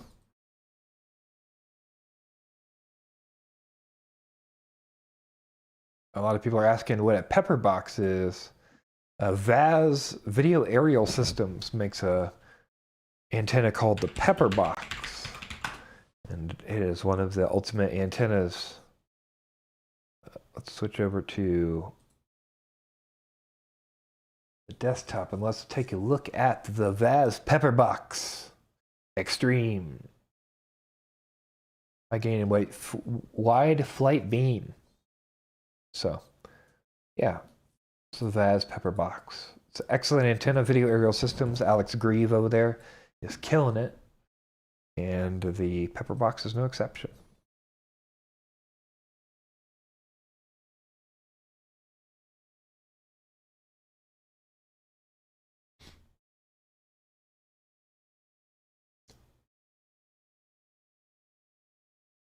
Michael Fitzhenry says, love the stream. Thanks, man. I really appreciate it. Mad Fisher got a Gep RC crocodile baby for Christmas. Awesome. Excited to try some mid to long range. I'd really love to try some long range at some point. I just really have not done much of it. But it sounds like a lot of fun, that's for sure.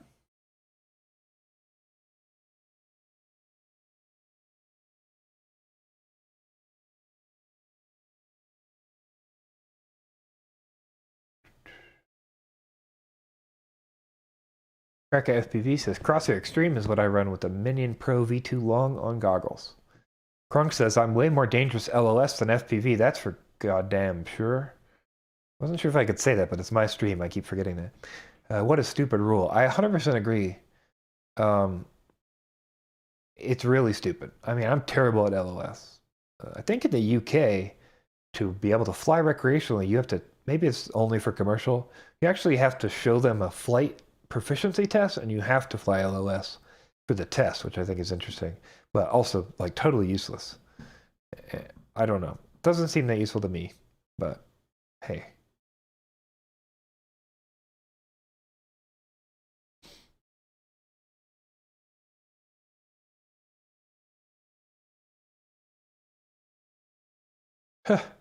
D-Man FPV says, I've got some tall pines in my yard, and Rural King has sale on hunting tree stands. That's got to be at least another 30 feet over the treehouse.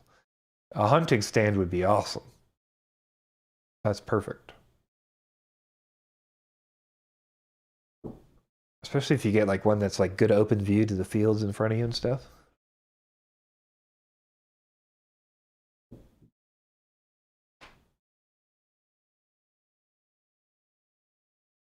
Prop Damage says, I have Skyzone O2C with rapid fire. Works great.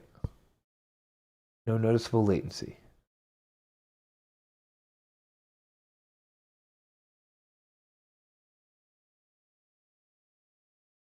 There's a $75 antenna. Pepperbox Extreme. Yeah, definitely it's expensive. It's a lot of money for an antenna, but you should only need, you know, it's a, so you're not going to beat the antennas up, hopefully, so.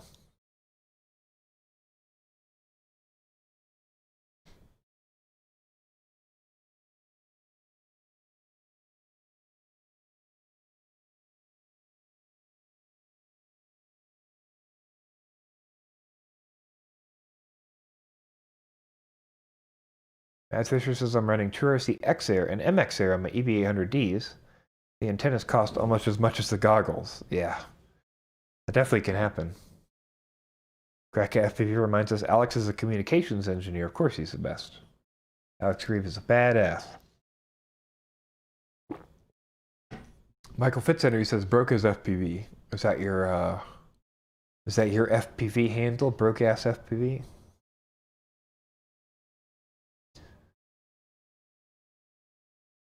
Tyler Harris says, thanks, good to know. I've been excited to try rapid fire, but scared of using an external module. Yeah, nothing to fear there, bud. Nothing to fear there.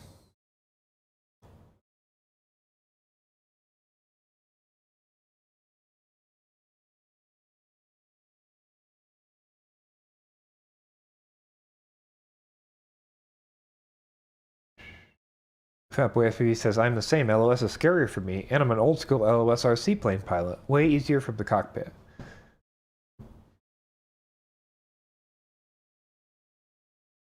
Bertel just got his Vaz Ace combat system in for the fixed wings. Man, that is a cool system.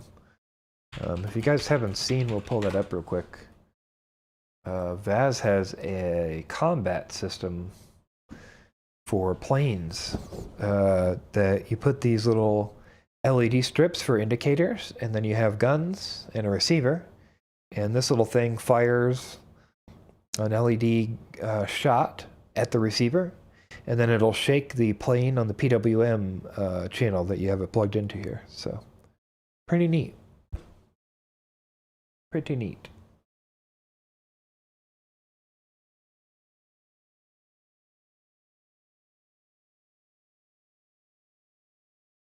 Steve M, remote ID has been covered. We covered it at the beginning of the stream, but if you have any specific questions, I'm happy to answer them. Krunk says, that sounds awesome. The Ace combat system, just wish I had literally any friends. Yeah, I feel you on that one. I'm sure I'd find some people, but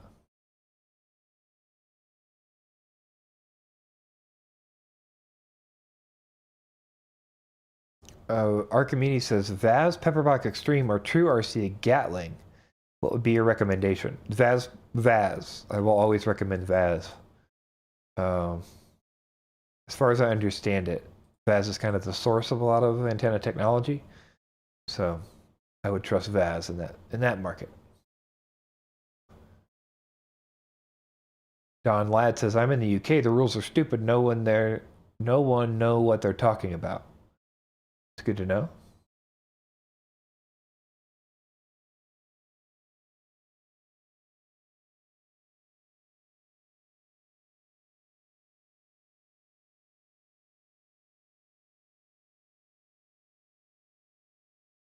Steve M asks about FPV combat versus Vaz Ace combat. FPV combat looks like better OSD interface. Yeah, I'm just kind of holding off on FPV combat. I got hyped about it like 4 months ago when he said he was making boards and then he didn't. So, it's supposed to come out in 2021, I think. So when that happens, then I will get hype about it. But FPV combat seems like a great solution. I think there might be issues with patent and stuff on those as well. Because Vaz does have a patent on that Ace combat system.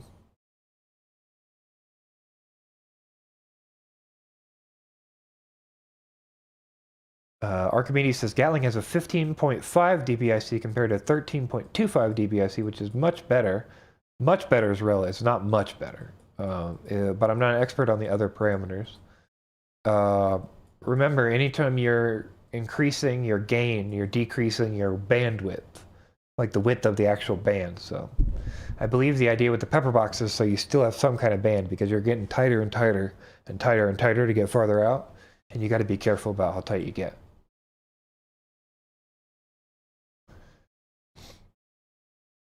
G-Man FPV just ordered his first Flight 1 FC. Any tips? That's probably something Crump can help you out with.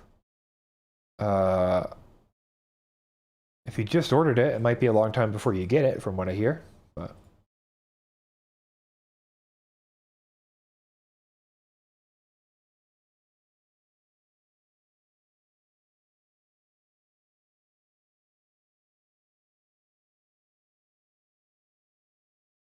the Gatling is double the price. Woo! Okay, that is insane. 75 is already a lot, that's for sure. Copter 612 reminds G-Man to pay careful attention to the Flight 1 setup wizard the first time through.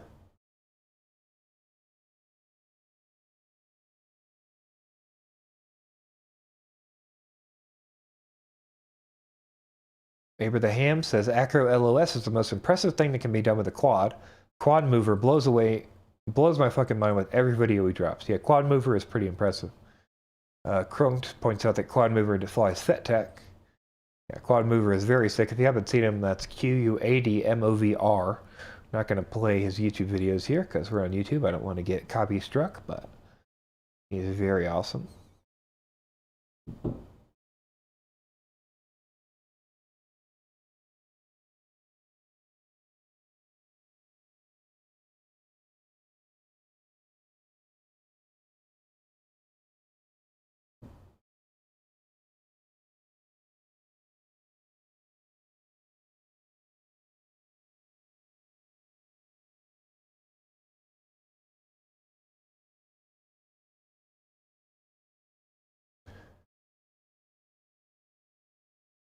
Lots of folks sharing their areas. If you want to share where you live, feel free to put it in the chat. A lot of people seem to be finding each other here.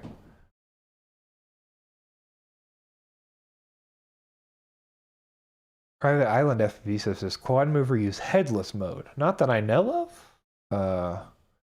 The way he flies, I don't think so. But maybe. I've thought about experimenting with headless mode. I did a event called the Drone Soccer League recently. You know, actually, I could pull up that video. That's a fun little thing to show everybody. Let me dig this out real quick.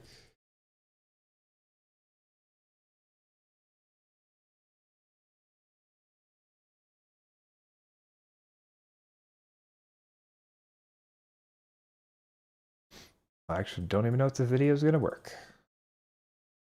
I think the DVR got corrupted.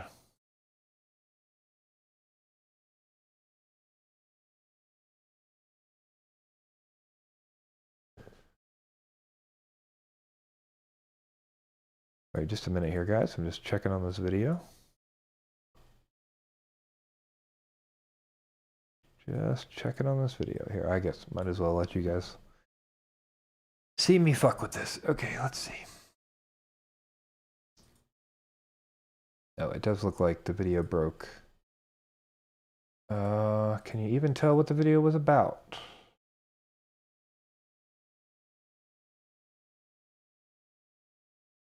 Maybe, please? Okay. Wow.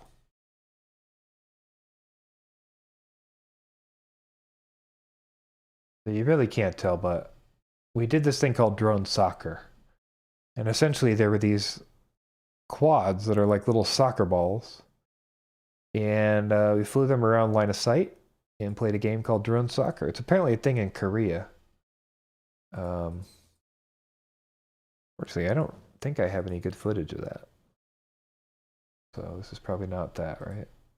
Nope. Okay. Well, dang. But yeah, so I tried out this thing called drone soccer, and basically it's 3 pilots on 3 pilots, and you try to get one pilot as a striker and tries to get through the hoop, and 2 of the other pilots are defenders and try to stop the one pilot from getting through the hoop. It seemed pretty cool. So.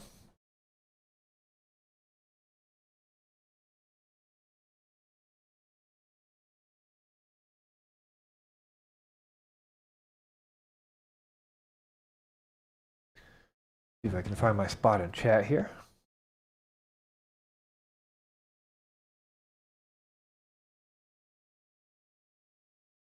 Oh, everybody's still sharing their locations. That's awesome. Aber the Ham, make sure to let us know. He absolutely does not use headless mode, which is what I would expect. Copter FPV headless mode means that it locks the orientation. It's very strange, but I think for something like drone soccer, it might actually be a decent way to fly. It's just very disorienting inside of the drone soccer net. Boy, I wish I had. All right, I'm gonna try one more thing. Hold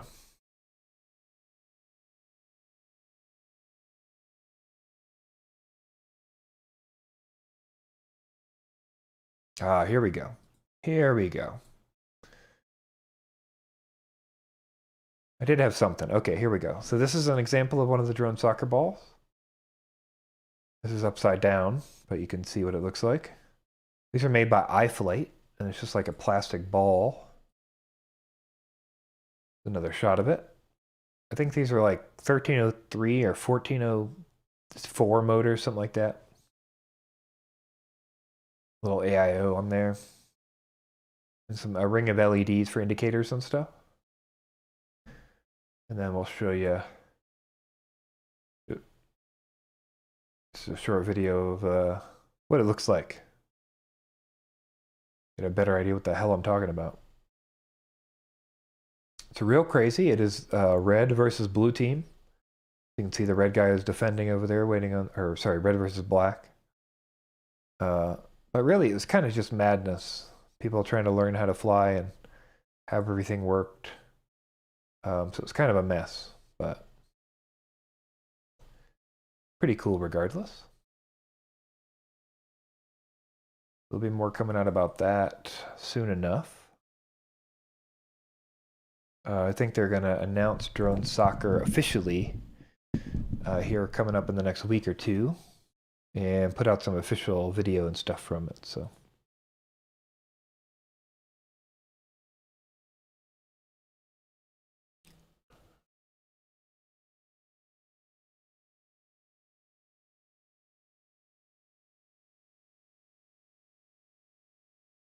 Cage Drummer says headless mode is when you marry your girlfriend.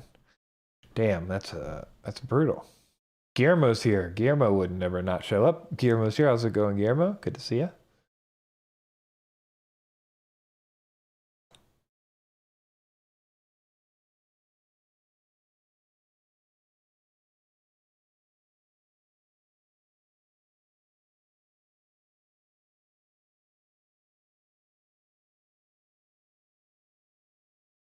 Fat Boy FPV says 1404.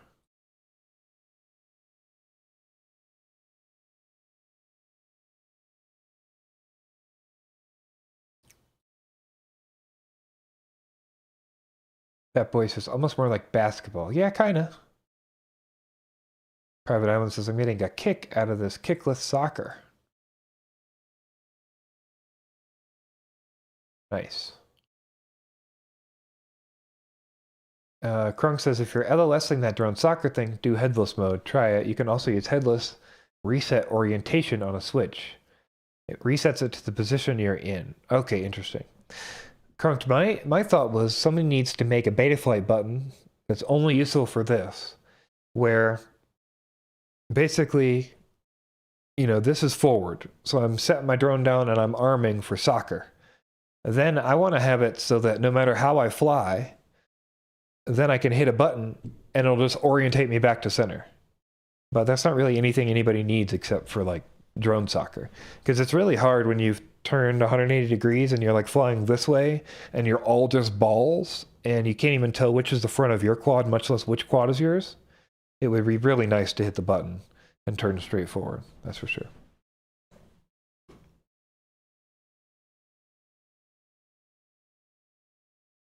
Tyler Harris says, "I'll have a good night, man. Good to see you." Cage Drummer says, "Hey, Bunty, most common causes of death rolls. Death rolls either going to be from an RX loss, so like a failsafe in the sky.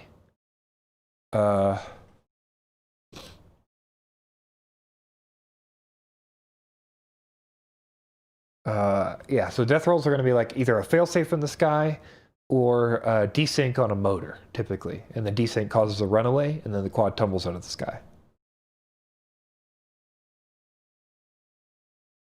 And the things that like cause the rest of that, like, you know, the motor, yeah. So like maybe like bad gyro or something can do that too. That would cause your runaway to fall. But you basically, the best thing to do would be pull logs and then look at the logs and see what you're seeing at the end of the log.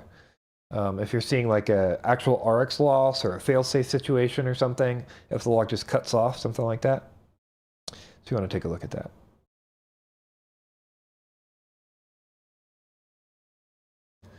Well, saying headless mode would be perfect for the soccer. I will definitely give that a shot. That's for sure. Richard says, what battery cell count and milliamp hour are you using in soccer? We were using 4S 450s. Yeah, we were using 4S 450s, but I think the new standard is supposed to be 3S 450s. I don't know that they really have the power for 3S, but we've definitely been discussing it, so. KD2 RDH Larry's here. How's it going, man? We were talking about you all kinds of smack. I was telling him all kinds of smack about you.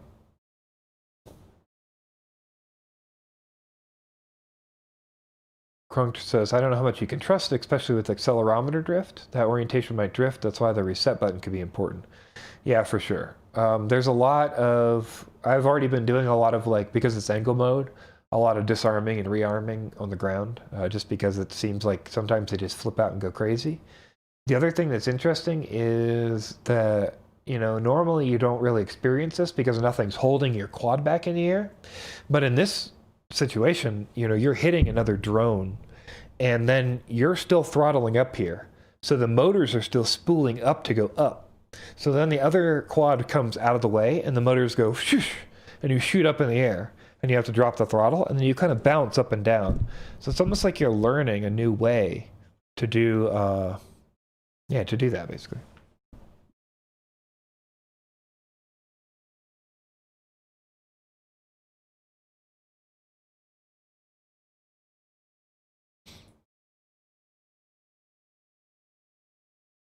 Cage Drummer says, hey Bunty, can you do a clone video? I'm not sure what that means. I'm struggling at the moment. Maybe you said a different word? What does clone mean?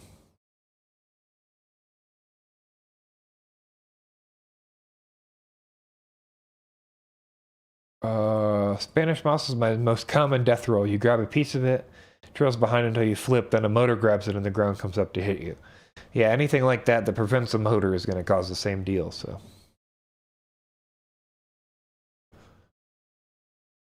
Richard says it looks like a lot of weight with the cage. Yeah, the cages are fairly light, but overall it is, you can feel the weight when you take off with it. It definitely seems heavy.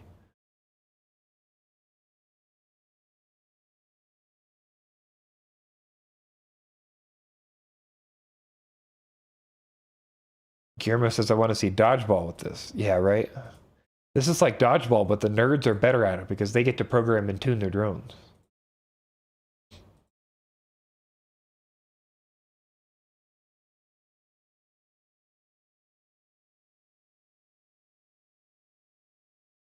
Krunk says, maybe run angle mode without air mode or it on a switch with headless.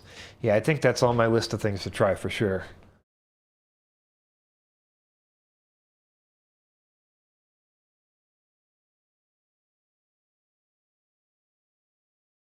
Bertel says, damn, 4 a.m. in the Netherlands. Have to get some sleep before 2021 starts. Well, thanks for hanging out, man. I do appreciate it.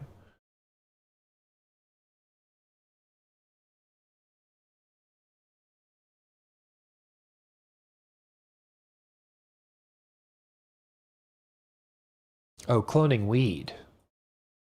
I see. Cloning should be really easy. Boy, you can clone in water if you... I've accidentally rooted clones in water before because I left them in the cup that I cut them into. Just quick tips would be sterilize your equipment to make sure your alcohol or bleach, like some kind of sterilization, and then let it dry. So alcohol is really good because then you can let it dry. So it's nice and dry and there's nothing bad on it. And then clean water, so no chlorine, no whatever bullshit, no bad pH. Slice them sideways and then cut up the center of the stem so you make them split. Make sure you're cutting just above a node so you have like as much room to the next node as possible because you're going to get roots under the node above. And I put them in rock wool, so I just stab them in rock wool and then I soak the rock wool.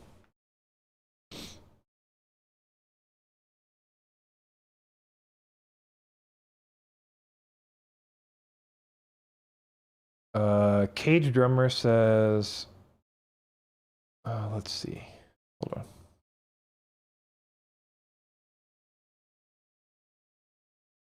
Steve M says, no air mode on angle, and I think angle flying is improved with higher max angle. I start at 75, allows for harder digging in corners.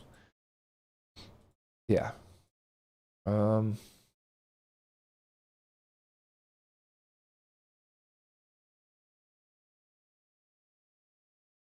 Could my dropping rate be from cloning over and over without having a mother?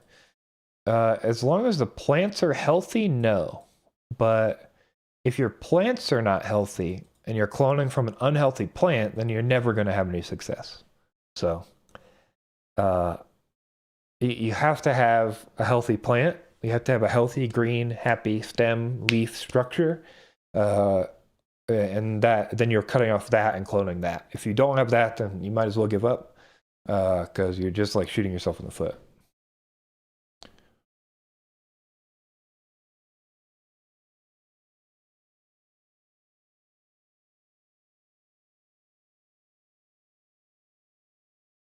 Where are you at? Food 247 says, I like it even more now, love the plant tech. Helix in Wonderlands, how's it going, man? First time here, good to see you. Pretty late here in Portugal, love the dog cam. This is Henry. Henry's on the dog cam. He's an adorable little pup, and he's our mascot on the stream.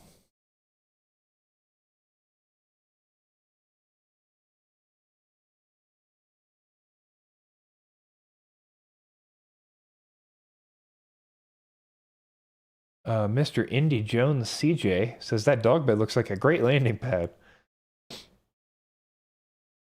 And he says, P.S. leave them alone and let them do their thing. Big roots. Yeah, definitely don't want to fuck with them. That's for sure.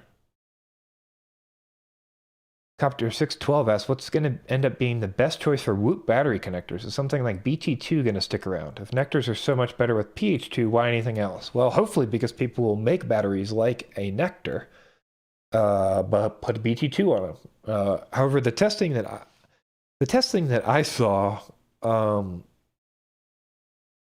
basically the testing that I saw showed that even taking the time to cut out the like the outside of the Nectar battery and replace it with the PH or BT2 only gave like a few percent improvement.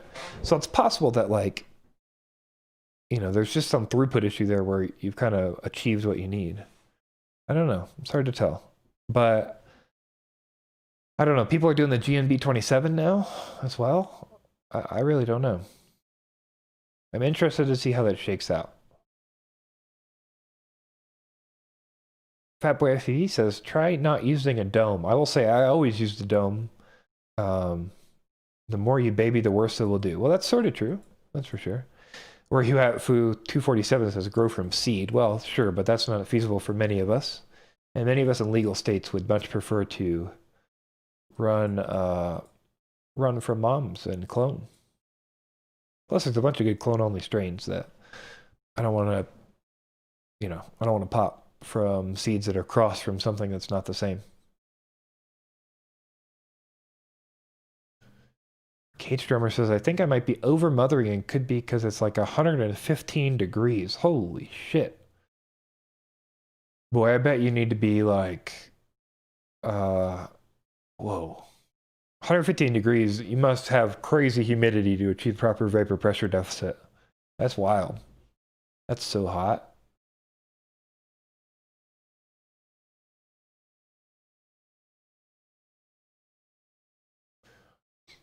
D-Man FPV says, did JB take a week off? I really like the new stream you two do. Yeah, he actually took 2 weeks off. Yeah, he took 2 weeks off. So next week we'll be back with the news and he'll be back with his normal live streams. Helix in Wonderland says, pleased to know Henry. I guess it's late for him too. It is very late for Henry. But he's a dog, so he sleeps all the time. And we played a lot before the stream. We wrestled and tug of war for quite a while. So, where you at? Fool 247 says he'll send y'all some seeds. If you guys like to purchase seeds, I don't make any money from this. I know the owner of the place getseedsrighthere.com. That's getseedsrighthere.com. He's a super stand-up, trustworthy guy. He helps people out. It's great. He's the exclusive dealer for Ethos, and Ethos seeds are excellent. So if you do want to buy some seeds online and support somebody awesome and get them shipped anywhere, pretty much anywhere in the world, as far as I know, you can get getseedsrighthere.com, and he can ship to you. He's just a really good guy, so I would appreciate you supporting him if you want to buy some seeds for your cannabis needs.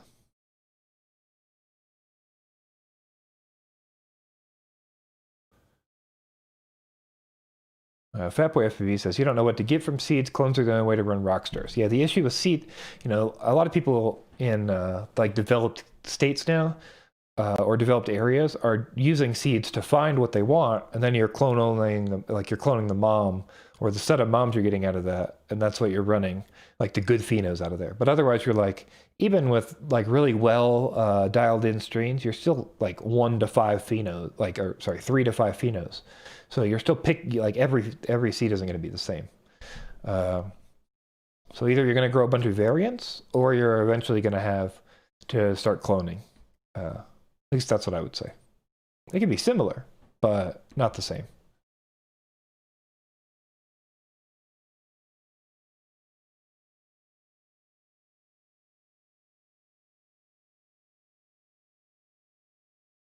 Meteoron asks where a good place to get high quality 18650s is. I don't actually know, but maybe somebody else can give you a good idea of that.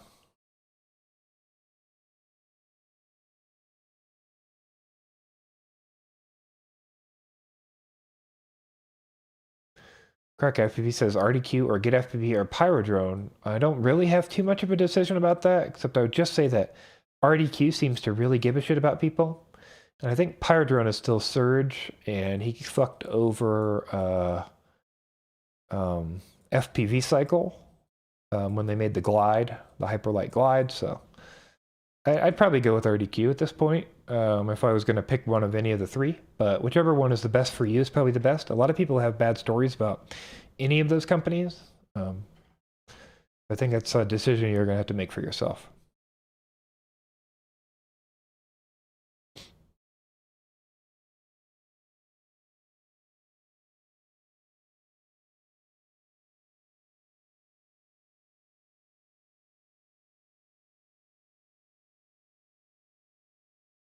D-Man says I ran over my Milwaukee 18-volt battery and it was all 18650 saved for them. That's pretty awesome. Yeah, Fatboy FPV says, just like your brother's sisters aren't the same. Seeds are kind of experimental. Yeah, but it's sort of like if you, like, the difference is you don't back cross people, so you can get more stable than a brother sister, but yes, in general, that's a good analogy. Or you could back cross people, but bad things happen when you do that. Brendan Diaz, how's my whoop training going? Pretty good. I'm not doing as much as I should, but I did some simming on the Tiny Whoop Go winter track and a couple other tracks. And I did another round in the house, so I'll have one of those videos coming up pretty soon. Richard is enjoying his low latency and input response on Tracer.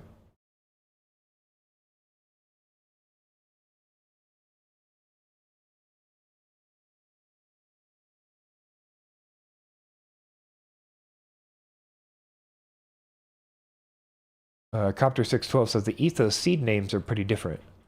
Yeah, he does crosses that are kind of particular. And I think a lot of them are his cuts or a lot of his like chain cuts from years ago.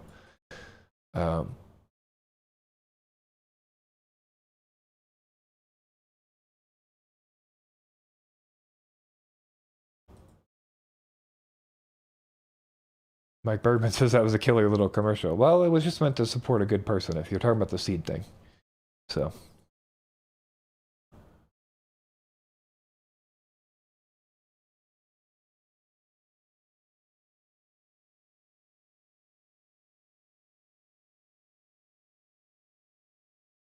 Brendan D asked about an update on DJI FPV drone or goggles Air Unit V2.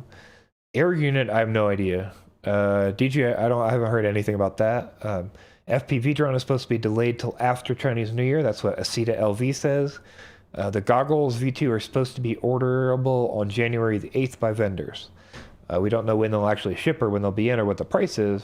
They're just supposed to be orderable right now on January the 8th by vendors.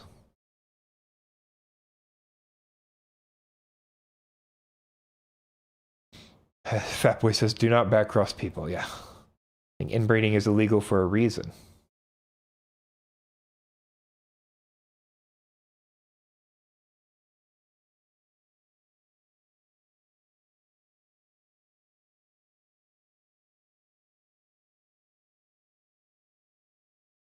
Private Island says, in 4 years of FPV, I've never received anything DOA or broken. I've killed every single thing with my own ignorant hands. Interesting.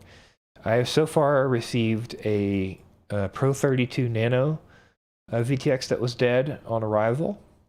I've had 2 Beta FPV 1S boards that were dead on arrival.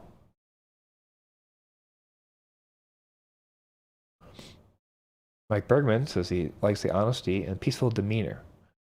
Well, you'll always get that here. I don't know. That's something that's easy to provide for people. So I'm happy to do that. I think Henry helps out with that. Oh, look at who's dreaming.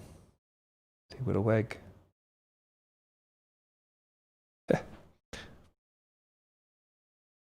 All right, it is 8:15. I've been streaming for about 2 hours and 15 minutes. So unfortunately, I think it is about time for me to get off. I've had tons of folks come in and out of this thing. So if you just joined, I do apologize about that. This will go up right afterwards as a recorded video. So if you'd like to watch back through it and catch up to anything you missed, that'll be there for you. And I would appreciate that, of course, but, you know, that is up to you. Just for some general information to wrap up the stream, once again, I appreciate everyone stopping by. We had almost 100 concurrent viewers for most of near the end. Yeah, and so if you wanted to support me, there's a Streamlabs direct donation link down in the description. That gives me money directly through PayPal. I should have YouTube donations pretty soon. I'm probably about 3,000 hours of the 4,000 hours needed for the monetization thing through YouTube. So you guys watching this today really helps out. Yeah, so I just really appreciate it. And I do have a Patreon and a Discord. So if you'd like to join the Discord, that's totally free. I'm always available in the Discord if you'd like to go down and get that in the description as well. You can join that and join some of the lovely people in my Discord. If you'd like to get a special role in the Patreon, role in the Discord, if you'd just like to help me out, I have a Patreon as well, and that's linked in the links as well, in the description as well. So, Cage Drummer says, I'll put all your videos on autoplay. I actually do have some playlists. If you check my playlist, there's a playlist of all my videos, so you could hit autoplay and just scroll down them bitches, and that would help me out. So, not going to ask you not to do that, that's for sure. Richard says, what breed is your dog? I had him genetically tested. He is a, sorry, blank. He is a 50%. Boy, we should just pull it up before the stream's over. That's a good way to end the stream. Hold on. Gotta remember where I went. I don't even remember who I used. Embark. That's who I used. Okay, let me just sign into my dog's genetic profile. Good times.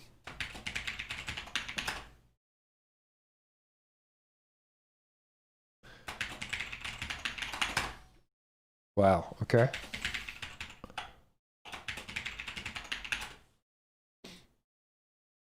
Try that. Hey, there we go. Okay. Let's end the stream off. Let's take a look at Henry's information. Henry is 34% American Pit Bull, 20% Boxer, 19% Chow, 6% Labrador, 5% German Shepherd, and 12.6% Super Mutt. And 100% an adorable dog. So again, thank you guys for sticking around. Thank you guys for being here.